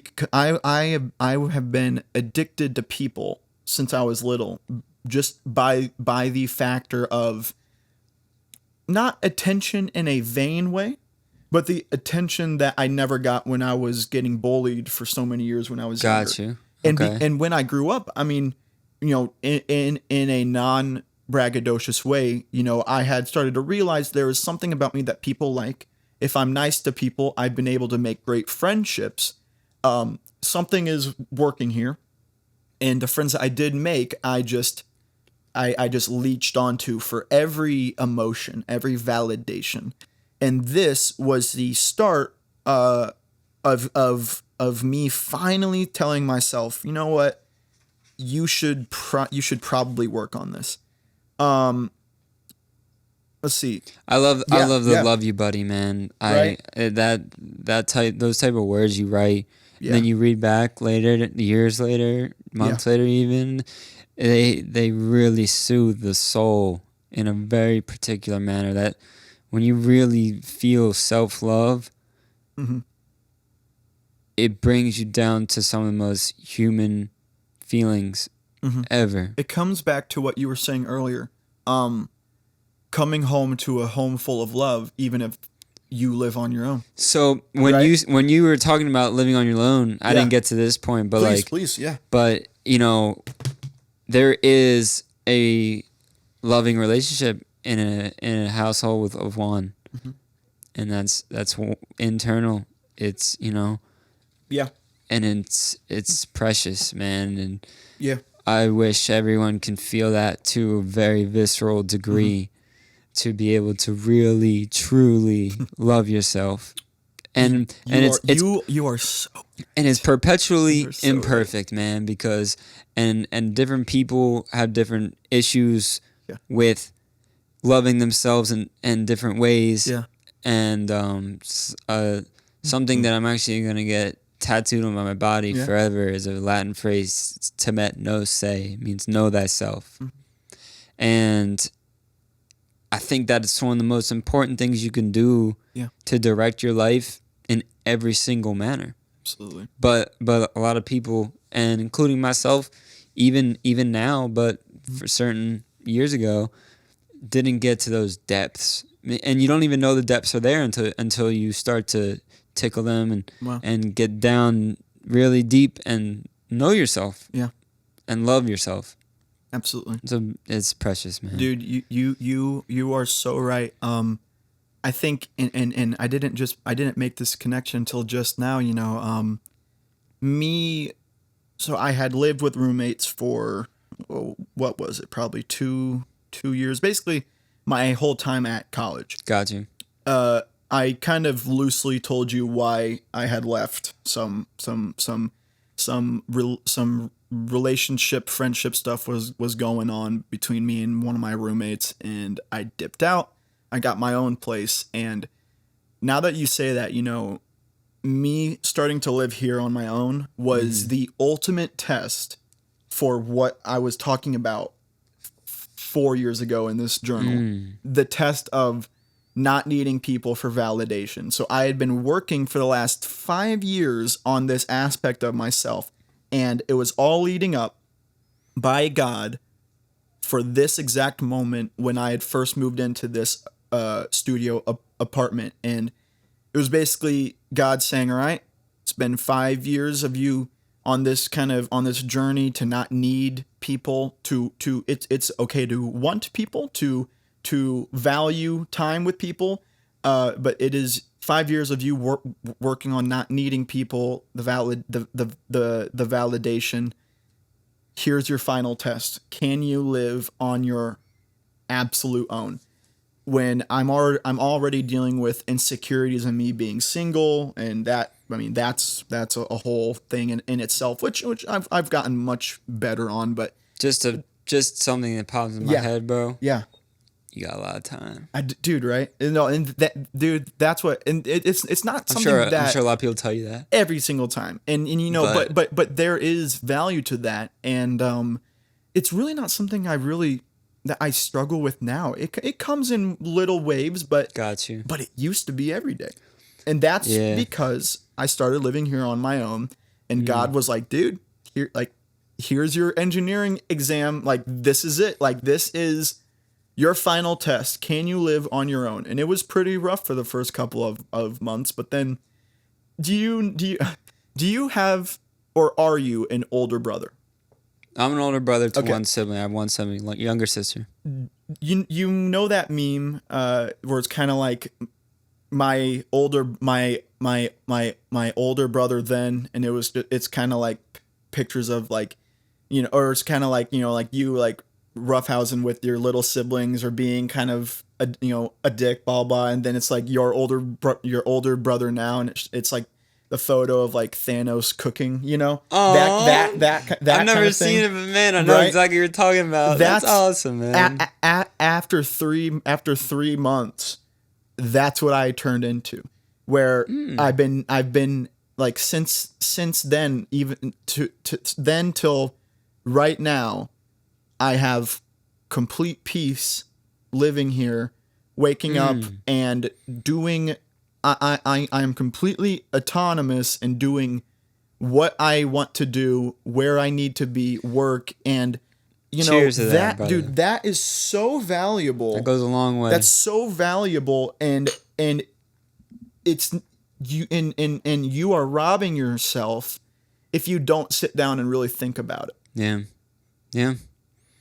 And I have to say, like, over the years, you'll have very special people and women come into your life, and sometimes this seemingly regular occurrence turns into the day we met. Yeah. And I've been blessed with meeting a lot of really special women and some really amazing stories. Some, like you said, with your high school experience being a movie. Yeah. Dude, the moving down here for 5 years now,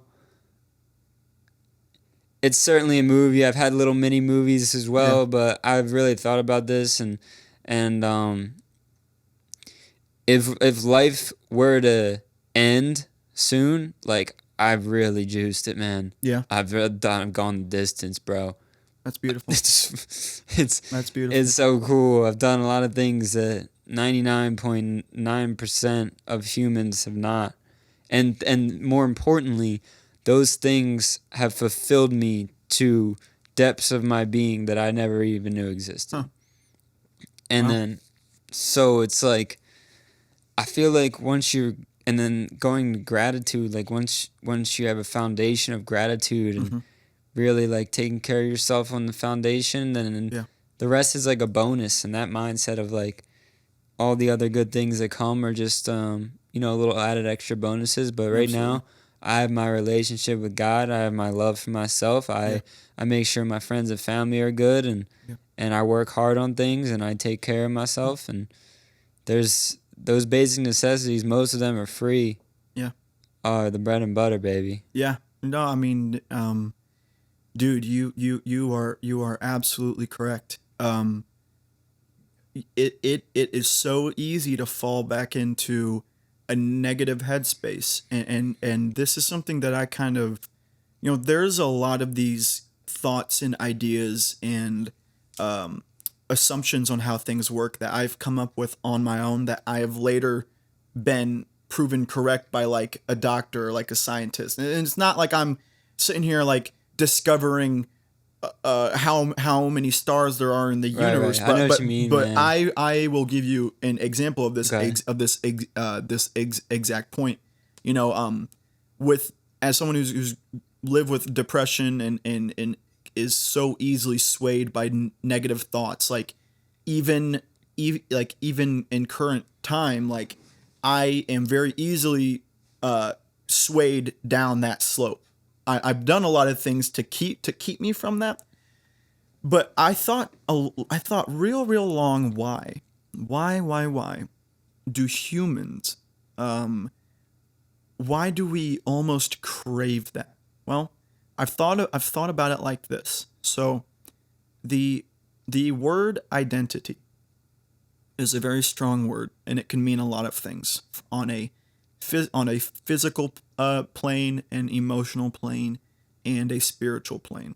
And to us humans, identity is one of the most important, if not the most important, things to us, because I believe identity is what humanity is based off of. Like, humanity is humanity because of identity and what we have identified ourselves as a species, as men and women. And It's an arm of our purpose on the planet. yes, absolutely. And I think identity is, like I just said, physical, emotional, and spiritual. And emotional identity is very important because emotional identity is something that only you share with yourself. And I think every emotion provides some sort of identity, even the negative ones. And with those, something that I call like acceptance and awareness, like Okay. A, and it's similar to like, I guess like and like getting over addiction protocol is like you have to the first step is acceptance. Yes. I would even say the first step is awareness and then acceptance. Like Absolutely. I am in a mindset right now where I am extremely anxious. I've been inside all day. Okay. I haven't exercised. Okay, let's go outside and let's exercise. Oh, it's almost all better now. It's a lot of times it's that simple. If you just think about it and If you you, think like, okay, problem, answer, yep, how can I get there? yeah, I don't feel good. Zoom out, be objective, and I'll be honest with you, man. Yeah. My mind muscle for objectivity has grown so strong through meditation. That's good. And there's a lot of different podcasts and books I've read that discuss the relationship between objective analysis and transcendental and different formats of meditation. Wow. I have one that I like to share with people, which is called, I call it teleportation meditation. And really what that is I sit down, I start with breath work, and then I close my eyelids to block off any visual, sensations, and then boom, I like zoom out to where I am on planet Earth, and it's like a Google Earth view. You know, like that Google Earth application where Absolutely. you Yeah. can zoom out and then it zooms in, so it's like that same Totally. Yeah. it's like that same motion. You completely become an objectified being, just not looking at yourself, just looking at the earth. And where you're Yeah. located. And then I'll go in and I'll go travel somewhere, bro. I'll go like my mind, my subconscious, and I've gotten real deep with this. Like it doesn't happen too often, but I will actually teleport. Like the subconscious part of my mind, the physical body does not move. But I mean, I go to the cabin in the woods that I used to go to as a kid, and I like hear like my grandpa's voice, or I'll go and I'll walk the streets of the neighborhood I grew up in, and I'll go house by house, bro. And then the reason why I started that back in 2018 Yeah. was I wanted to elongate my focus duration, attention span, and I wanted to really like force myself to stay focused. And one way to do that is to have a path, to have structure. So it's like, think back to the neighborhood you grew up in, different drives and roads around where you grew up or anywhere you're familiar with. And it's going to bring some nostalgia too, which is cool. But then it's really like you teleport back to those places.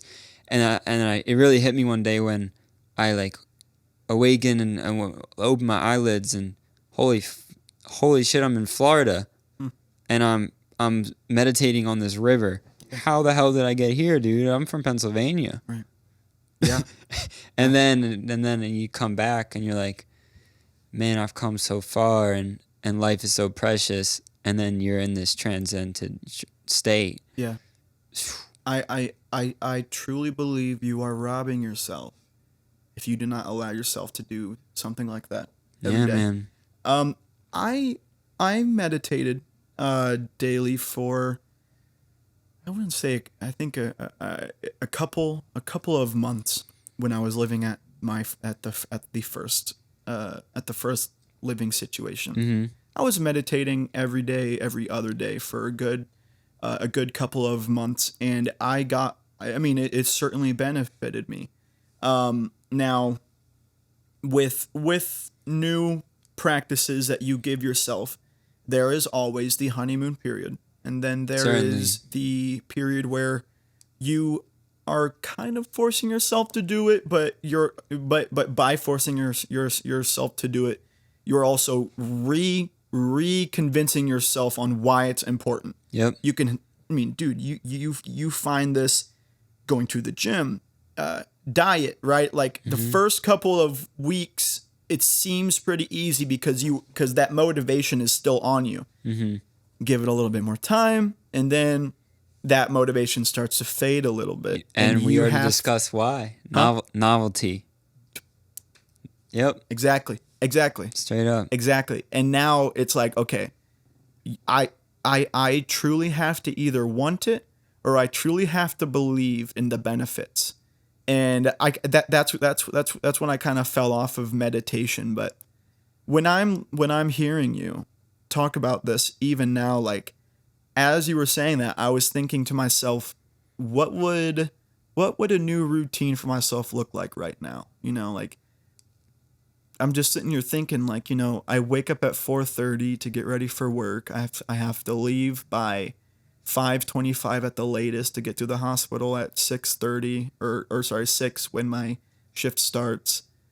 And it almost makes me think. I wonder if I discipline myself enough for a better sleep schedule, could I fit in some meditation before I leave for work that early in the morning?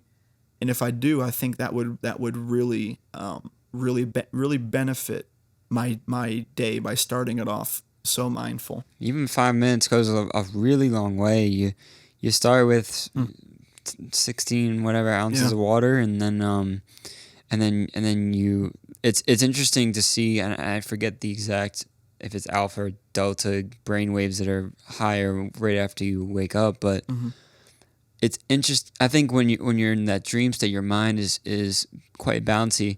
Absolutely. And then you wake up and you find your favorite place to sit, and then you slowly attenuate that bouncy brain. Yeah. And it does a lot. Just 5 minutes. And you know what doesn't help? Waking up and instantly grabbing the phone. See, man, I'm not going to lie to you. I don't even remember what that feels like. Yeah. I've hit the snooze button. I've hit the snooze button probably 20 times in the last 4 years. Because it's just, you set up these different like boundaries for yourself. Absolutely. Especially living alone. You put your phone somewhere in another room. Yeah. Like you walk and you wake up and walk, and I have a different device that's my alarm than my phone. So I hit the off button, and then I go and drink water, and a lot of times I would go right outside, or I'll go and sit and meditate for a little bit. So important. You build that muscle and that routine, and your body. Like I really do forget what it feels like to wake up and look at the phone. I think it's literally like poison. I look at it as like poison. Absolutely. But I see a lot of people. Absolutely. And it's just like, I understand that once they haven't gotten a taste of the other side. Sure. So I always try to be that lighthouse that shows people what the other side's like. And that's why I started this wellness brand called Thrivinity. And it means thrive with divinity, thrive with community, thrive till infinity, thrive forever.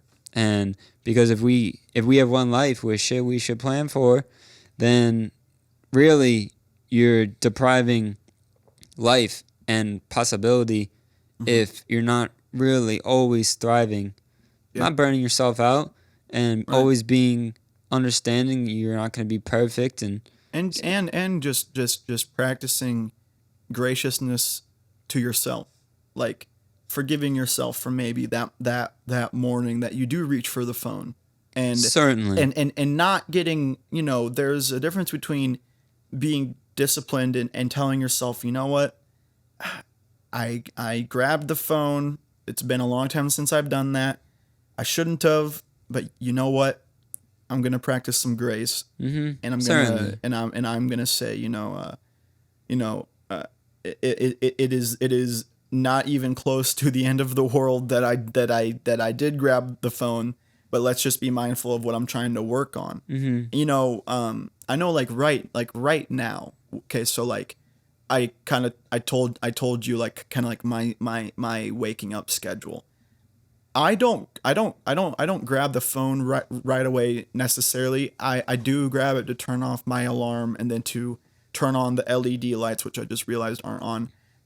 And then to go to the shower and whatnot. But and even just now thinking, I kind of realized that when I wake up, I wake up and I just instantly just start getting ready. Like I instantly go to the shower and just start my robotic routine to get ready for work, where I almost want to see if I can maybe implement some sort of mindfulness into that, with waking up and going outside on my balcony and sitting for maybe 5 or 10 minutes and then getting ready, and instead of just feeling like the moment I wake up I have to just start.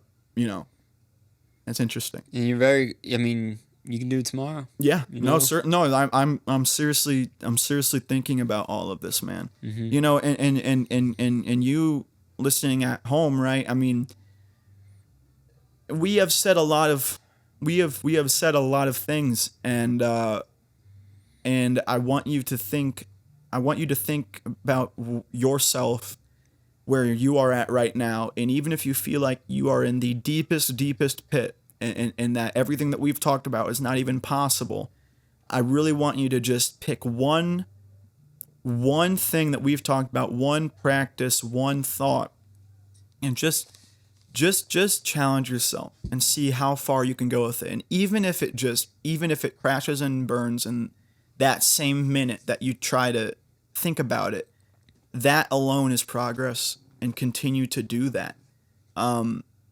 Yeah, man. I mean, and this is you guys are witnessing Deansy because this is a big reason why I admire him so much. And that when we had first met doing music and performing and whatever, your songs, they're fun, right? It's like your songs are not therapy sessions, right? But they are right. Therapy sessions to you. No, but I have a whole new album coming. But no, please finish what you're saying. No, I know exactly where you're going, and I want to hear it all. Yeah, because I've heard it a lot, and it's so true. I mean, dude, it's I knew Deansy was this kind of person, this mindful person, the moment that I met him. No, it wasn't because he performs without his shoes on. It's just right. It's just the conversations that I've had with him. The precious. Exactly. The time that I've spent around him. And this is how I kind of explain a lot of my relationships with some of these artists and musicians. None of these people are people that I talk to every day, but when I see them, it feels as such, right? It feels true. It feels as such. And Deansy is one of those examples, and then you really start questioning yourself when you're sitting there at an open mic and Deansy goes up there and he starts ripping one of his songs called 20 Glizzies, and Certainly. Then at that point, nothing's real because now you're listening to the same man who just convinced you to start practicing meditation. The same man is now upstage with no shoes on, rapping about something called 20 glizzies. And if that does not rock your world and make you question if we both see the color red the same, then I don't know who you are. I really want to, this whole time has been so special and very mindful. We've talked about a lot of important things. But for the love of God, Deansy, what the hell? Where did that song and songs like that, where does that come from? That kind of, not necessarily comedic, but like that fun, silly, almost like Young Gravy-esque music. Yeah. Where does that come from in your mind? I'm just the vehicle, baby. That is the truth, though. I mean, man. You've experienced that too. Yeah. You open up the channels and you let things roll. And that particular song I wrote on a piece of paper when I was like, I like to leverage procrastination sometimes. Like before cold showers, I'm going to get back to it, but before cold showers, I'll do all these little things that I haven't done, like clean the kitchen, blah, blah, blah. Sure. But so I like to leverage procrastination. A lot of my songs have been written leveraging other types of work, and then my mind just says, ooh, you caught a vibe here. So 20 Glizzies was written, and it started like, I create memories creatively. Yeah. Spirituality be my miracle balcony. Lenses of reality displaced by alchemy. And then it goes in and da-da-da-da-da-da, and all of a sudden I'm writing. You can say it. It goes, her ass got mass, she can fit 20 glizzies. So profound. Shakespeare, really. Yeah. Hemingway, perhaps. I do believe Robert Frost. I do believe Robert Frost. Perhaps. Did you not find that in a chapter of "Be Here Now" by Ram Dass? Did you not find it there? Yeah. For those of you who are over the age of 30, a glizzy is a slang term for a penis. Well, it's a slang term for a hot dog, Which is also a slang term for a wiener, which is also a slang term. Let's say it together. For a penis. There's So, depths to this. When I first heard that, it's very. Deansy. It's very tongue in cheek. I mean, music is a representation of yourself, and I think I think it was. I cannot imagine me and you had talked before we did our music, just because. And the reason I say that is because it's so like once you watch someone perform, using that is such an easy way to get to know someone instead of just going in cold, right? Like someone could perform, and then when they get done, you use that phrase of, "Hey man, I wanted to say I really," and you use that to then jump into like, "What's your name?" Blah blah blah. Yeah. So I'm just guessing that it was after you performing that I had introduced myself. Cause did we meet at? I believe so. Right? Yeah, I really Right? do think so. For those of you who, which is everyone that are hearing just the bleeped name of the cafe. But yeah, when I first heard 20 Glizzies, I was just thinking like, what the hell is this guy talking about? And, but what really delivered, as silly as that is, what really delivered was watching you, perform it and enjoy performing it. Like, I was watching you performing this the first time, and I'm like, this guy, again, I'm going off of just the first impression of 20 Glizzies. I'm just thinking, if this is what all of his music is like, not my cup of tea, but dude is enjoying himself, and that is enough to make me want more. Hell yeah. then Deansy, he kept some of his other songs a lot, some still fun, not glizzy-ish, some pretty introspective. Hearing you have this new album, which I definitely want you to get into, like I later learned that he wasn't, young Gravy-esque. And that's when me and his friendship started. But yeah, it's just when you watch someone actually enjoy what they're performing, that means a whole lot more than what they're actually performing. Yeah, for sure. And I think like all creatives are very dynamic. So like I'll have those songs, and I think the reason I love those songs, there's a shock factor to them. And I think my whole life I've enjoyed shock factors. And that's why I think they hit the most. Yeah. And I know where to perform 20 glizzies. I know where I'm not going to perform 20 glizzies. I know where I'll do other songs.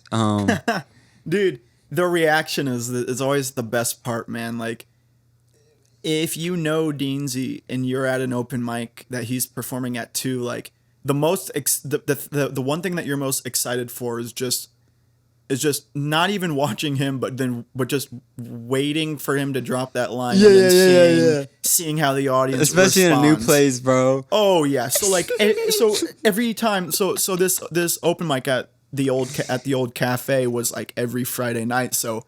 There were a lot of people who already knew him, but there are also always new people. Always, and all I would care about is just watching their face. And it was certainly something real special. Yeah, dude. So an album? Yeah, an album. man. Tell me. So this will be the second album I dropped this year. Okay. I dropped one in January. It's called Amorphilic. It's about love, romance, and heartbreak. It's a lot of hip hop. Some of the songs tickle pop, and then one's a complete house song. Got one with Trevor. It's acoustic and singing. So it was pretty diverse, and it was a lot of stories. There's a lot of sonical storytelling. Okay. And let's get into writing later, because that's where the core of my artistry and creativity comes from. Absolutely.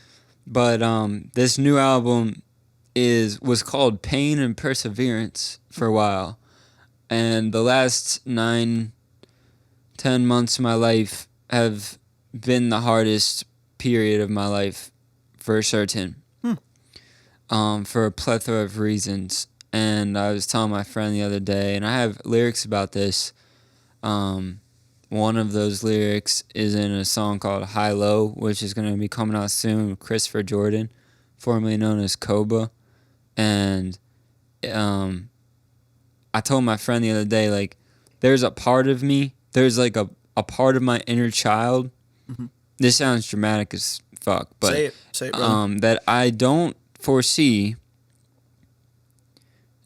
ever getting back. Okay.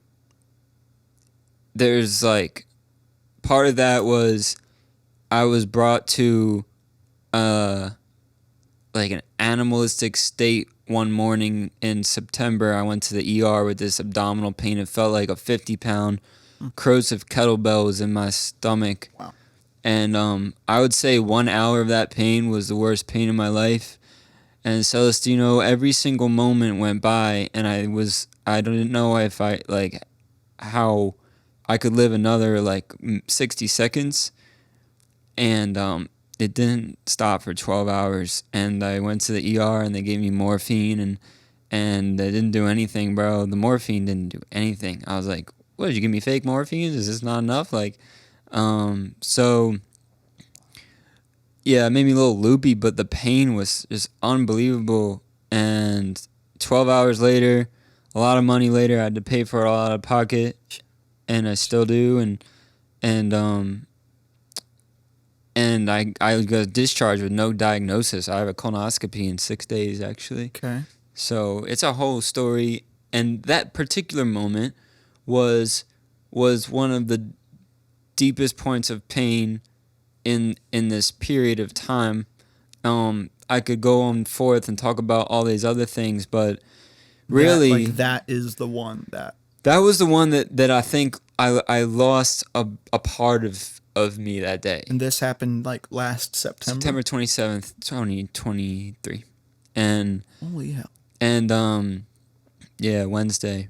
And yeah, it's this weird feeling. It feels like I actually like lost a part of me, and I lost a part of my inner child. It feels like I got beaten down so vigorously that I was a different person after that. It was like this aura of, for like a week after, I felt like I had just gotten my ass beat in the Coliseum. It was really weird. And so going forth, I attribute that to like a feeling of like my inner child like just departing. So from there, there's a lot of other stuff going on that I won't even this isn't a pity party. The album was called Pain and Perseverance, and really it's focused on perseverance. So it's a lot of songs that I'm going to promote as motivational. And then with all of this pain came a different and more profound and deeper relationship with God, both on the gratitude and positive side, which is as much or more, I would say, that I pray to God for and thank God for. Absolutely. Then in the deep dark moments where I'm like, God, my soul, show me which way to go. Why am I going through this? And I never really say, why am I going through this? It's just like, one day you'll show me why I'm going through this. He always does. Always, man. So something so agonizing in only a physical sense was change something about you psychologically. Rattled me. I wouldn't wish that pain upon anybody. And like I said, 60 minutes of that pain and it was the worst of my just life. Purely physical. I mean, well, obviously there's transcended, man. Right, but I actually transcended to like an animal. And I didn't feel like a human being. Don't know what caused it? No. There isn't like an underlining factor that I can resolve. There's things like I don't drink coffee anymore. I don't eat salad anymore. Sure. I have to watch my FODMAP foods, all this shit, bro. It's definitely changed a lot. But without getting like deep into all that stuff, it's yeah. Man, that's just crazy. It's just it's crazy how your body is like so intertwined with your mind and your spirit. It's a beautiful thing too. Absolutely. Like, I mean, and it goes vice versa, right? Like, you are deteriorating mentally or psychologically or emotionally, and then your physicalness follows. That was a factor going. That was some of the pain. Gotcha. Some of the stories. Wow. It was intense, high magnitude stress from certain work, and then also I within the same 4 days I had heartbreak, pretty intense. I hit a deer in Florida, bro. There you go. What the fuck's up with that? I didn't even know on they the beach existed here. Yeah, me neither, bro. Okay. St. Augustine. Heartbreak, killed a deer. Yeah, I did kill the deer. And then the car took a hit, so now I'm looking like $1,500 to fix my car, and then heartbreak, and then gotta go back to this really stressful job, and then 3 days later, boom, that's when it happened. I'm in the ER. Yeah, so like you said, it does work in reverse, and those were 100% factors in why absolutely that all that energy manifested in my body the way it did. I believe it. I mean, dude, even like in high school, when I think back on, breaking up with that girl, doing a summer break, and then coming back senior year and just knowing that I'm going to have to go to school every single day, seeing her, remembering what she looked like when I was with her, and seeing her with another guy. And every single day was every needle in your grandma's pincushion. Yeah, man. Every single day was every needle being stuck in a different part of my chest. And that only made me stronger. But at that time, dude, like when you say animalistic, you are so right. Yeah. At that time, I remember that same kind of pain every single day, every time I walked through those doors. And yeah, like, I mean, certainly to a lesser extent, to what I can only assume is childbirth, which is what you probably went through. But you know, like, everything is so intertwined.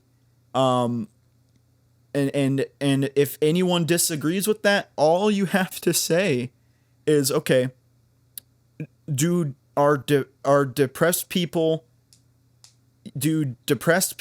have a healthy diet? Usually the answer is no. Correct. Because it goes both ways. Some people with depression, their diet will sway to overeating, and some people will sway to undereating. Mm-hmm.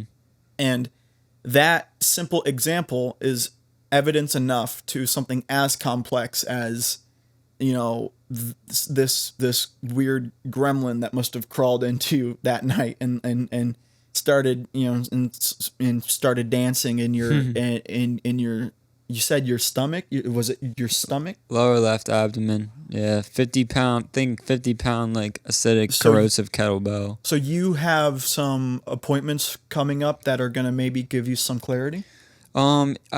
Yeah, it's a whole story. Good, And good. I'm literally 26. I'm getting a colonoscopy and an endoscopy in the same day Amen, next brother. Friday. I mean, as God intended, brother. If that is not what America was built on, brother, I don't want it, man. I get all the supplies for every surgery at this hospital, right? So Okay. I have these reports that get printed out to me every single day of the 30, the 25, the 32 surgeries that are happening that day. And I'm looking at it, and I'm looking at all these different kinds of surgeries with the patient's name and their age, and like, yeah, like I'll like normal. This kind of surgery for a 70-year-old, this kind of surgery for a 50-year-old, but then all of a sudden, I'll see a surgery that's typically for like 50-year-old men.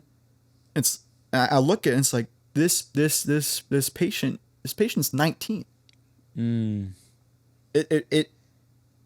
There's something really upsetting when I see that on a piece of paper, even though it is entirely void of connection, since I only know this individual by name and age. Right. Seeing their name and their age next to certain surgeries, it's like, dude, whoever this is has gone through more than they should have, because they wouldn't be getting this surgery if it was normal. Yeah, dude. Dude, wow. What I kind of want to, I know we're kind of reversing a little bit. I want to, there is a certain log in here. Okay. For those of y'all just listening, I'm opening up my journal again. So as you can see, I mean, it's not a whole lot. A lot of this is again just me trying to become better at living without people. And like the final one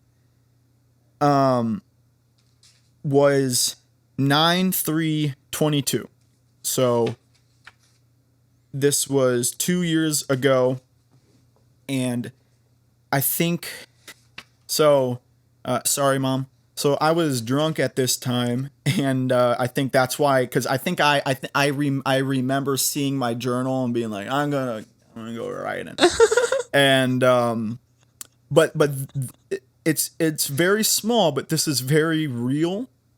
9/3/2022, and this is, as you see, Deansy, and handwriting that is very bad. I am very drunk right now. It is person's birthday. I'm hot. I love God. I miss my grandma. Ha ha ha ha ha ha ha. Love you, buddy. Oh man, that And is awesome. when I That's woke pure. up the next day and I saw that, like, that is the purest. All of these others are just, writing and, Lots of thought, lots of being real, cognitive but thought. this Yeah. is like Spilling on. like it all boiled down. Yeah. So yeah. I was inebriated at the time. It was my roommate's birthday, which is the same roommate that things kind of happened with. I wrote that I'm hot, which is something I always struggle with, is like my self-image. I love God, and my grandma had passed away like the week before, and it was just the absolute purest form of delivering thoughts. And that's why, again, to you guys listening, I think, Deansy kind of reignited that motivation in me to start journaling again. Because if I didn't journal, I wouldn't be able to have that thought written down. And when I look back on it in 10 years, right, like I will remember this. I will remember what got me to better mental practices. And you should never forget that, right? Like, you can grow as much as you want, but it would really, really suck to forget why you grew. You know what I mean? Mm-hmm. What other things did you prepare, man? I have a lot. I'll be honest. Yeah. I mean, we could be here for the whole weekend. No. But I have a couple things in mind. Yeah, please. First off, on that note, I've grown to really enjoy having journals. Like, I have one journal that I'll still date, and I'll write in it and I'll log the time and mental state and everything. But it's more so for spilling out thought onto paper. Yeah. And that is, I've read all of this and listened to some Huberman podcasts on just spilling out your worries and your thoughts, and it weirdly navigates you to where you want to be. Yeah. So I have a journal just for that, where I might not have mental clarity and laminar flow that time, but I'll just let it go.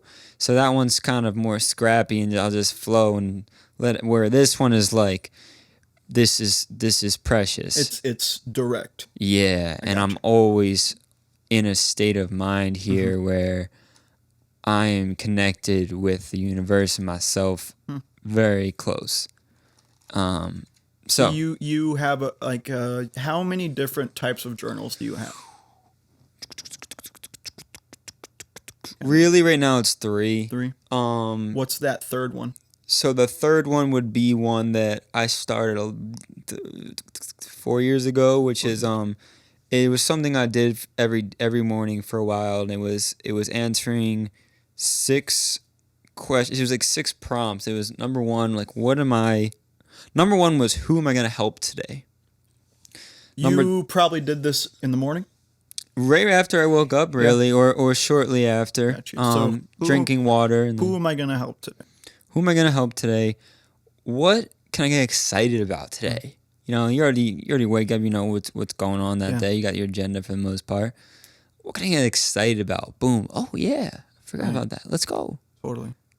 That feeling of, all right, yeah. Just remembering that every day you have something to be excited for. Every single day. No matter how big or how small. Like, on days where you have nothing, you can be excited about maybe the time you get to spend just at your place, just chilling. And then also like bigger things, like maybe a date or maybe a specific event. Yeah, sometimes it's really clear. Sometimes you're like, all right, well, maybe the most exciting thing today, and realistically, it's a sucky day. So maybe the most exciting thing is going to be my meal at lunch. Yeah. Or maybe it's really, really shitty, and it's just like, the most exciting thing today is I get to go through pain and go through the muddy trenches and get closer to myself and God being and real to build yourself. perseverance.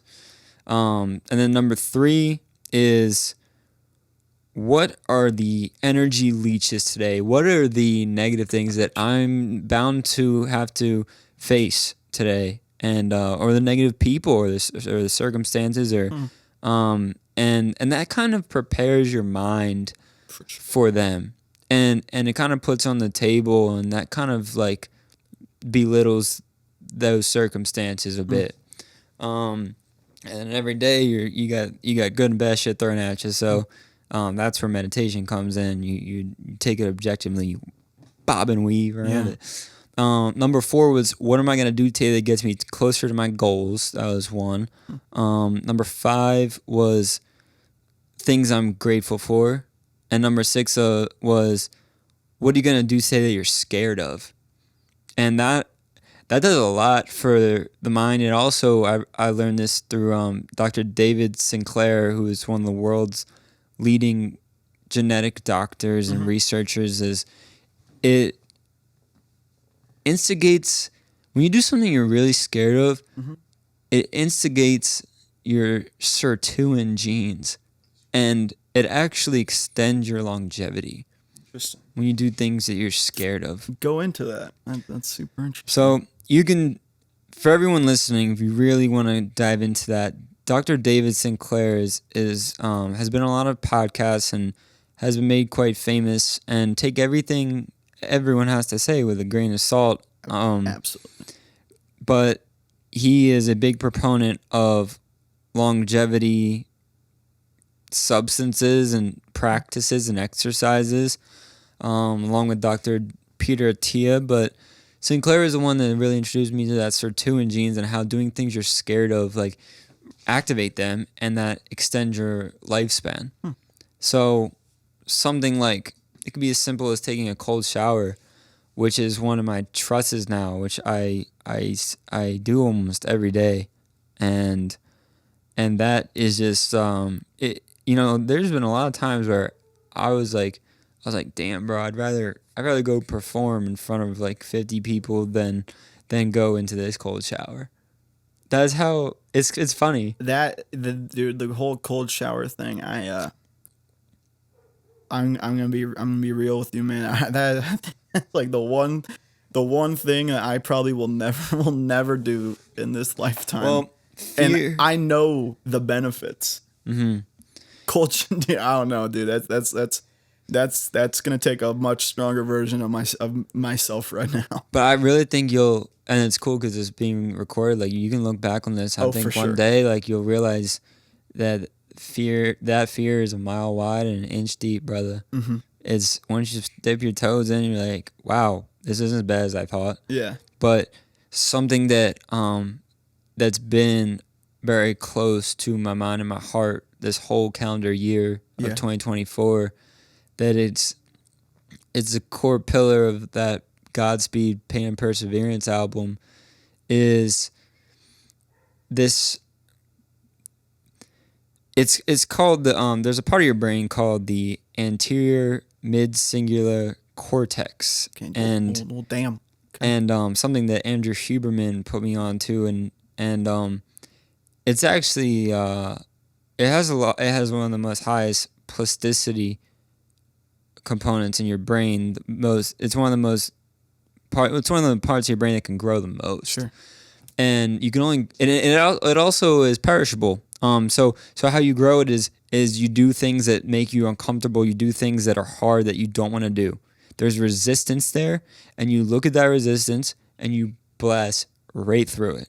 So if you can do that with a handful of things every day, and you persevere through them, first of all, it's going to help you in every single walk of life, and it builds your willpower is essentially what it is. But it's a fairly recent conclusion from clinical studies that Huberman has made famous.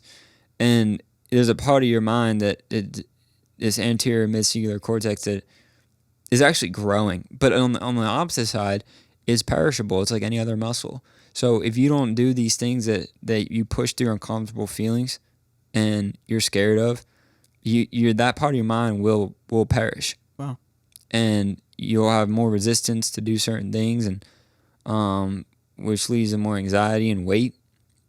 And it's something that I'm gonna carry with me the rest of my life. And there's like simple ones that go a long way. Mm-hmm. Just the cold showers and any sort of exercise, but then like performing and or talking to that girl that you think, oh no, I don't want to talk to her. She's got her own life, and what if she's got a boyfriend? I don't want to feel invasive. It's like, nah, be a gentleman, be clever, be funny, be charming, and if she's not about it, you just move along. Yeah, that one's one I'm gonna need. That's probably the one I'm gonna have to chip away at the most. It's hard, bro. It's hard. That is hard. For people that are close to me, they know that me conquering that is harder than me being it. Like, me conquering that is harder than me becoming Hispanic. It's just it's impossible. Let me ask you something. Oh man, there's plenty of people, girls. Let's just focus on girls right now. That at one point you were more nervous to talk to than you are now. Oh, absolutely. So you know your homeostasis. Sure. So it's that boundary. Yeah. And I think that things that have helped me get over it, and it's far from perfect, but because I used to be real nervous, just in a lot of different situations, really. But talking to girls was certainly one of them. Talking to girls you don't know, and some mindsets going into it is like, I am me, I love me, and I'm going to share a part of me with this stranger. Sure. And if I catch any vibe of them resisting this occurrence, then you move along. Absolutely. And it's like, and sometimes you can even move along with a little bit of spite and say, shit, they didn't get a part of me. I'm a special mother ducker. Yeah. Special mother ducker. You know, something similar, like what the sentence that you just finished, something like that just happened to me the other week. Okay. You went, okay.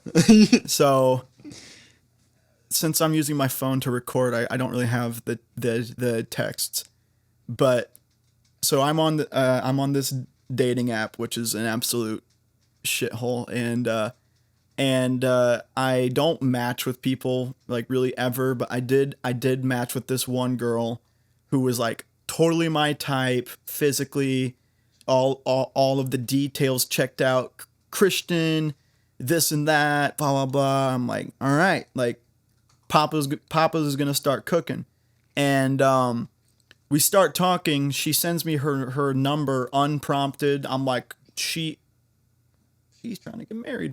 And, so I shoot her a text, blah, blah, blah. And we are planning this date to go see a movie. And then, so I have like this ultimate pass at the theater that me and Brittany go to, because I save a bunch of money by having it, nice. I saw them. Yeah. So I let this girl know. I said, hey, not sure if this is gonna save you some money, but like I have the ultimate pass here. Just saying, honey, I got the ultimate pass. Yeah, like no cost. I've got this pass. Like I'm pretty sure I can save you like a hell of a lot of money, if you wanna. But we can go to the theater that you've picked. Like, absolutely. And that's when she started texting really, really dry. And I was like, okay. I was like, oh, whatever, So this was on a Monday. And I've given her space during this time because like I was practicing, like I don't want to text her always because I want to establish some sort of like I have other things going on in my life, right? So like that was on a Monday, and then like come around like Wednesday, I shoot her a text like, hey, good morning, whatever. She was like, hey, super, super dry. Lasted maybe a couple text bubbles. Come Friday, or Thursday, I shot her a text saying, hey, are we still on for tomorrow night? And that's when she hit me with that's when she hit me with being completely honest. You implying that you weren't going to pay for me at the theater really turned me off. I am a completely independent woman and can gladly pay for myself, but I am big on my man catering for me at times, and it does not seem like you can do that. You just might not be the one for me. I wish you the best. Let me tell you something, brother. You got away scot-free. I got away. You dodged not just a big one there. Not just did the bullet not hit me, it also gave me $20. Like, it was like I totally. But okay, so obviously in that moment I was very upset because I'm already a pretty self-conscious dude, and I thought I had an absolute dime on the fishing line, and the line just got cut out of nowhere. So in the moment I'm like really upset, and I get this text and I'm like, great, like what, like how am I gonna respond to this? Am I gonna not respond? Am I gonna respond how I've always responded and be the suck up? And I was like, no. Like this is the first voyage of me being confident, sticking to my values, even though I know I don't ever really get matches, because insecure me will think, oh, I need to entertain this because this is the first match I've gotten in a long time. I don't want to miss out on it. When really what I stuck to was, I don't care if this is the only match I get in a couple of months. This is not right. Like that was a huge red flag. Yep. So I cook up this paragraph, which I believe could rival Shakespeare. Okay. It was so perfectly well worded. Again, I can't read it right now, but just I'm trying to remember what I said. It was along the lines of I said the women that I love get everything paid for, and the women that I've known for a week over text messages do not. Money is not the issue. I could take your entire family tree out to the movies right now and still have enough money for the drinks and the Uber. That is not what's important. So basically, that's generally what I had sent.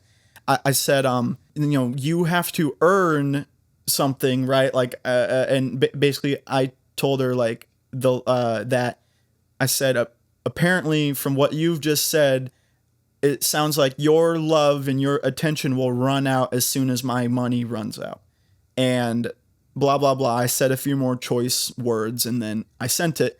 She sent back a message. It was a screenshot of her texting another dude.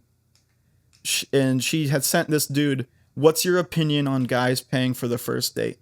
And this dude, just Joshua, I don't know, just some rant, probably just another one of the guys she has on her line right now. Yeah.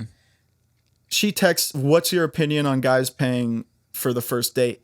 And this Joshua guy says, guys pay for the first date every time, no questions asked. Simp. Exactly. I'm like, dude, she sends me this and she sends this screenshot to me and says, "This is a man. You are a child." I said, "Well, I'm glad there's at least someone taking the bullet for me." Yeah, nice, dude. Dude. Let's go. I sent that because she thinks she has the power in that moment, thinking that I was gonna follow through just because she showed me that some other guy was also on her line. That's strike two. You have now just shown me that you're also talking to other people, which I'm not saying no one should talk to multiple people at one time if you're trying to kind of figure something out. But like, you don't show that to people. And I said, "I'm glad someone's taking the bullet for me." She said just something again like towards me, and I said, "Well, clear." I said, clearly, Joshua needs to be careful. Let him know that. Let him know to keep his cash on him tight, because the moment it runs out, you will too. She said, I was just trying to be nice, blah blah blah. And I said, you and I have two very different definitions on the word nice. Mm-hmm. And she said something else, and then I just said, I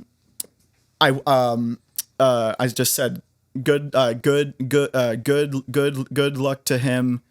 Hope things work out. Hope his money doesn't run out. Like, I wish I could read the text right now, and I know I could pull them up my laptop, but then the camera would just be my face, and I wouldn't be able to talk in the mic. She's not worth our time anyway. But yeah, dude, it was like I have never been more proud of myself for handling a situation, because I know if that had happened to me a year before, I would have been an absolute loser. Like I would have absolutely been like, I'm super sorry. No, like I have learned enough. I've been through enough to know that there is such thing as chivalry, but there is also what I believe something we like to call common sense. And I do believe in men paying for the first date when there is an already established relationship. For example, maybe you and this girl have been talking physically for a long time, playing this kind of cat and mouse game. Maybe you're coworkers, maybe you're a classmate, something that's already been set in motion in the real life, not over the phone. And if this is a girl that you actually want things to work out with, of course, pay whatever you deem is worth it and is polite. That does not apply for girls that I don't even know what their voices sound like. Girls over the phone. Like I do not know what she smoked that day, but her it was even the fact that she went as far as to say, it doesn't seem like you can pay for me, which just makes me think that you just are not the one. So I didn't even say I wasn't going to pay for her. The thought that I wasn't going to be paying for the first date of a girl that I don't know more than just her Hinge profile, that thought that I wasn't that I might not even pay was enough for her to even type out the phrase, "You are not the one for me." Are you delusional? She is. Is that all you need to see to, I guess, come to that realization of this person's not the one for you? I'm glad she said something. Could you imagine what that would look like a couple months in, right? Right. I mean, right. Oh my gosh. And so I don't even know, you had said something that made me think of this story, but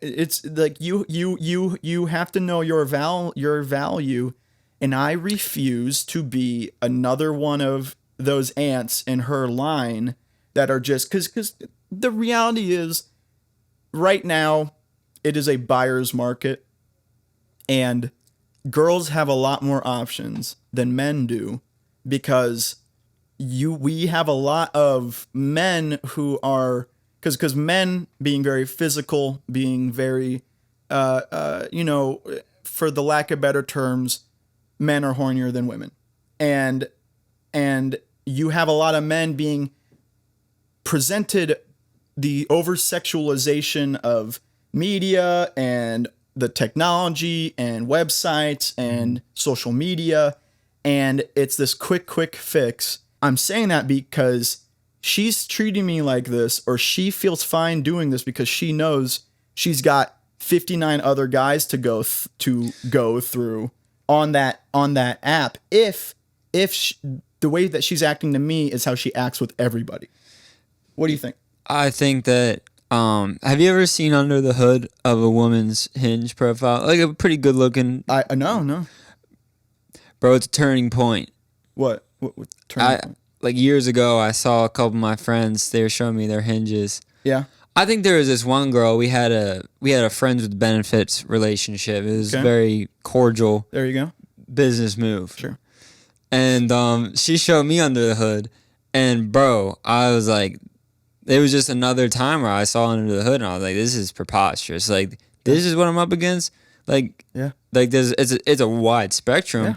But the quantity, the sheer quantity of options, I was like, all right, well, I'm out. You cannot put any value into something like online dating. Like you can't. Like you have to. Like I do it just because of the off chance of something will happen. I've had a lot of fun, horrible, crazy stories come from it. Like it's just kind of a fun thing, and it's a chance thing. Yeah. Which is why I keep doing it, and honestly now it's just become content for the podcast. But yeah, it's like, dude, the fact that she had someone at the ready to shoot that question to. For those of you who are just now, for those of you who are hearing this right now, we have just cut through a story that Deansy just told me about something very, very odd, and as much as I want to leave that story in, I we will forego. I would like to go to heaven. So, we will probably forego that one. So yeah, I'm just gonna let y'all know that we that I have. It's for the best. I have fallen in love with Deansy just that much more after hearing the story that he just told me. But dude, what a fantastic note to end on. I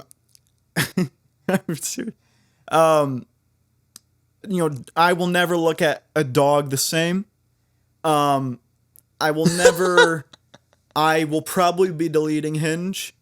And that's power move. This is that story alone is probably what's going to propel me into a greater part of my life. Ladies and gentlemen, this is another installment of the Something Cafe, one of the longer episodes, which are my favorite. People have asked me, do you have pretty long episodes? Do you try to hit a mark and you want to know what I tell them? I tell them, dude, go as long as I want. Hell yeah, Episode brother. 2 is like 30 minutes. Episode 17 is 3 hours. Episode 16 was also 3 hours. So, hell yeah. Ladies and gentlemen, I really, really appreciate you guys stopping by the Something Cafe. Deansy, I greatly appreciate you coming along. You want to, all of the links and everything will be in the description, but you want to have a little last words with the listeners? Well, I want to thank you. This is awesome, man. We'll do it again. Dude, we'll be running back. You are going, dude, without a doubt, without a single doubt in my mind, you will be one of the people that I will hit up if a guest flakes or that works for me, bro. Or for some other reason. I'm like 9 minutes away. Absolutely. That's fine, bro. Wow. There's a lot to talk about. Yeah. A lot more that I can talk about that we will discuss. A lot more stories we'll probably cut out, but that's just gonna make me and Deansy's friendship better. Yeah, certainly. And then also we talked about a lot of really important things today, bro. That I'll cherish forever. I'm glad we get to document it too. Mm-hmm. Thank you for putting in all the effort to have this beautiful platform for us to document these things, distribute them to the world so that people can elevate their lives. I'm excited. If I were to like promote anything, it is this wellness brand that's called Thrivinity. It's free focused. It's just me kind of trying to find distribution channels to do the things I was already doing with friends and family and people I care about, and spreading very important information, practices, exercises, theories, to elevate others' lives. Are there any does the brand have any tangibles yet, like website, social media, products? So I actually anything that I can show. I have koozies for Thrivinity. Oh, here we go. I got one here. Show them, man. So they're golden. Dude, they're beautiful. That is hard. It says Thrive on one side with the Linktree QR code. Is that purchasable? I give them out for free. I brought a bunch for you. Oh, Dude, thank you, man. One day I'll have it all set up so people Okay. can, support. For sure. But For sure. Well, guys, Deansy, Thravinity, if you've made it this far, you will know that there's a lot of things that we can learn from other people. There's a lot of things that I've learned from my friend here. And after this episode, I would really appreciate anybody listening to just sit down and really just think about where you are in life right now. Will you be writing the next 20 glizzies? And will you ever do online dating again? Let me know. Guys, thank you so much for stopping by the Something Cafe and grabbing a cup with us. Thank you so much to Deansy for coming on. Links will be in the description. You can listen to the podcast on Spotify, Apple Music, iHeartRadio Podcasts, Amazon Podcasts, and YouTube. The videos are on YouTube and Spotify. And we have social medias where we post all the funniest clips if you do not have the attention span that Deansy and I do. Thank you so much for stopping by, and I'll see you all next time. Thank you. Thank you.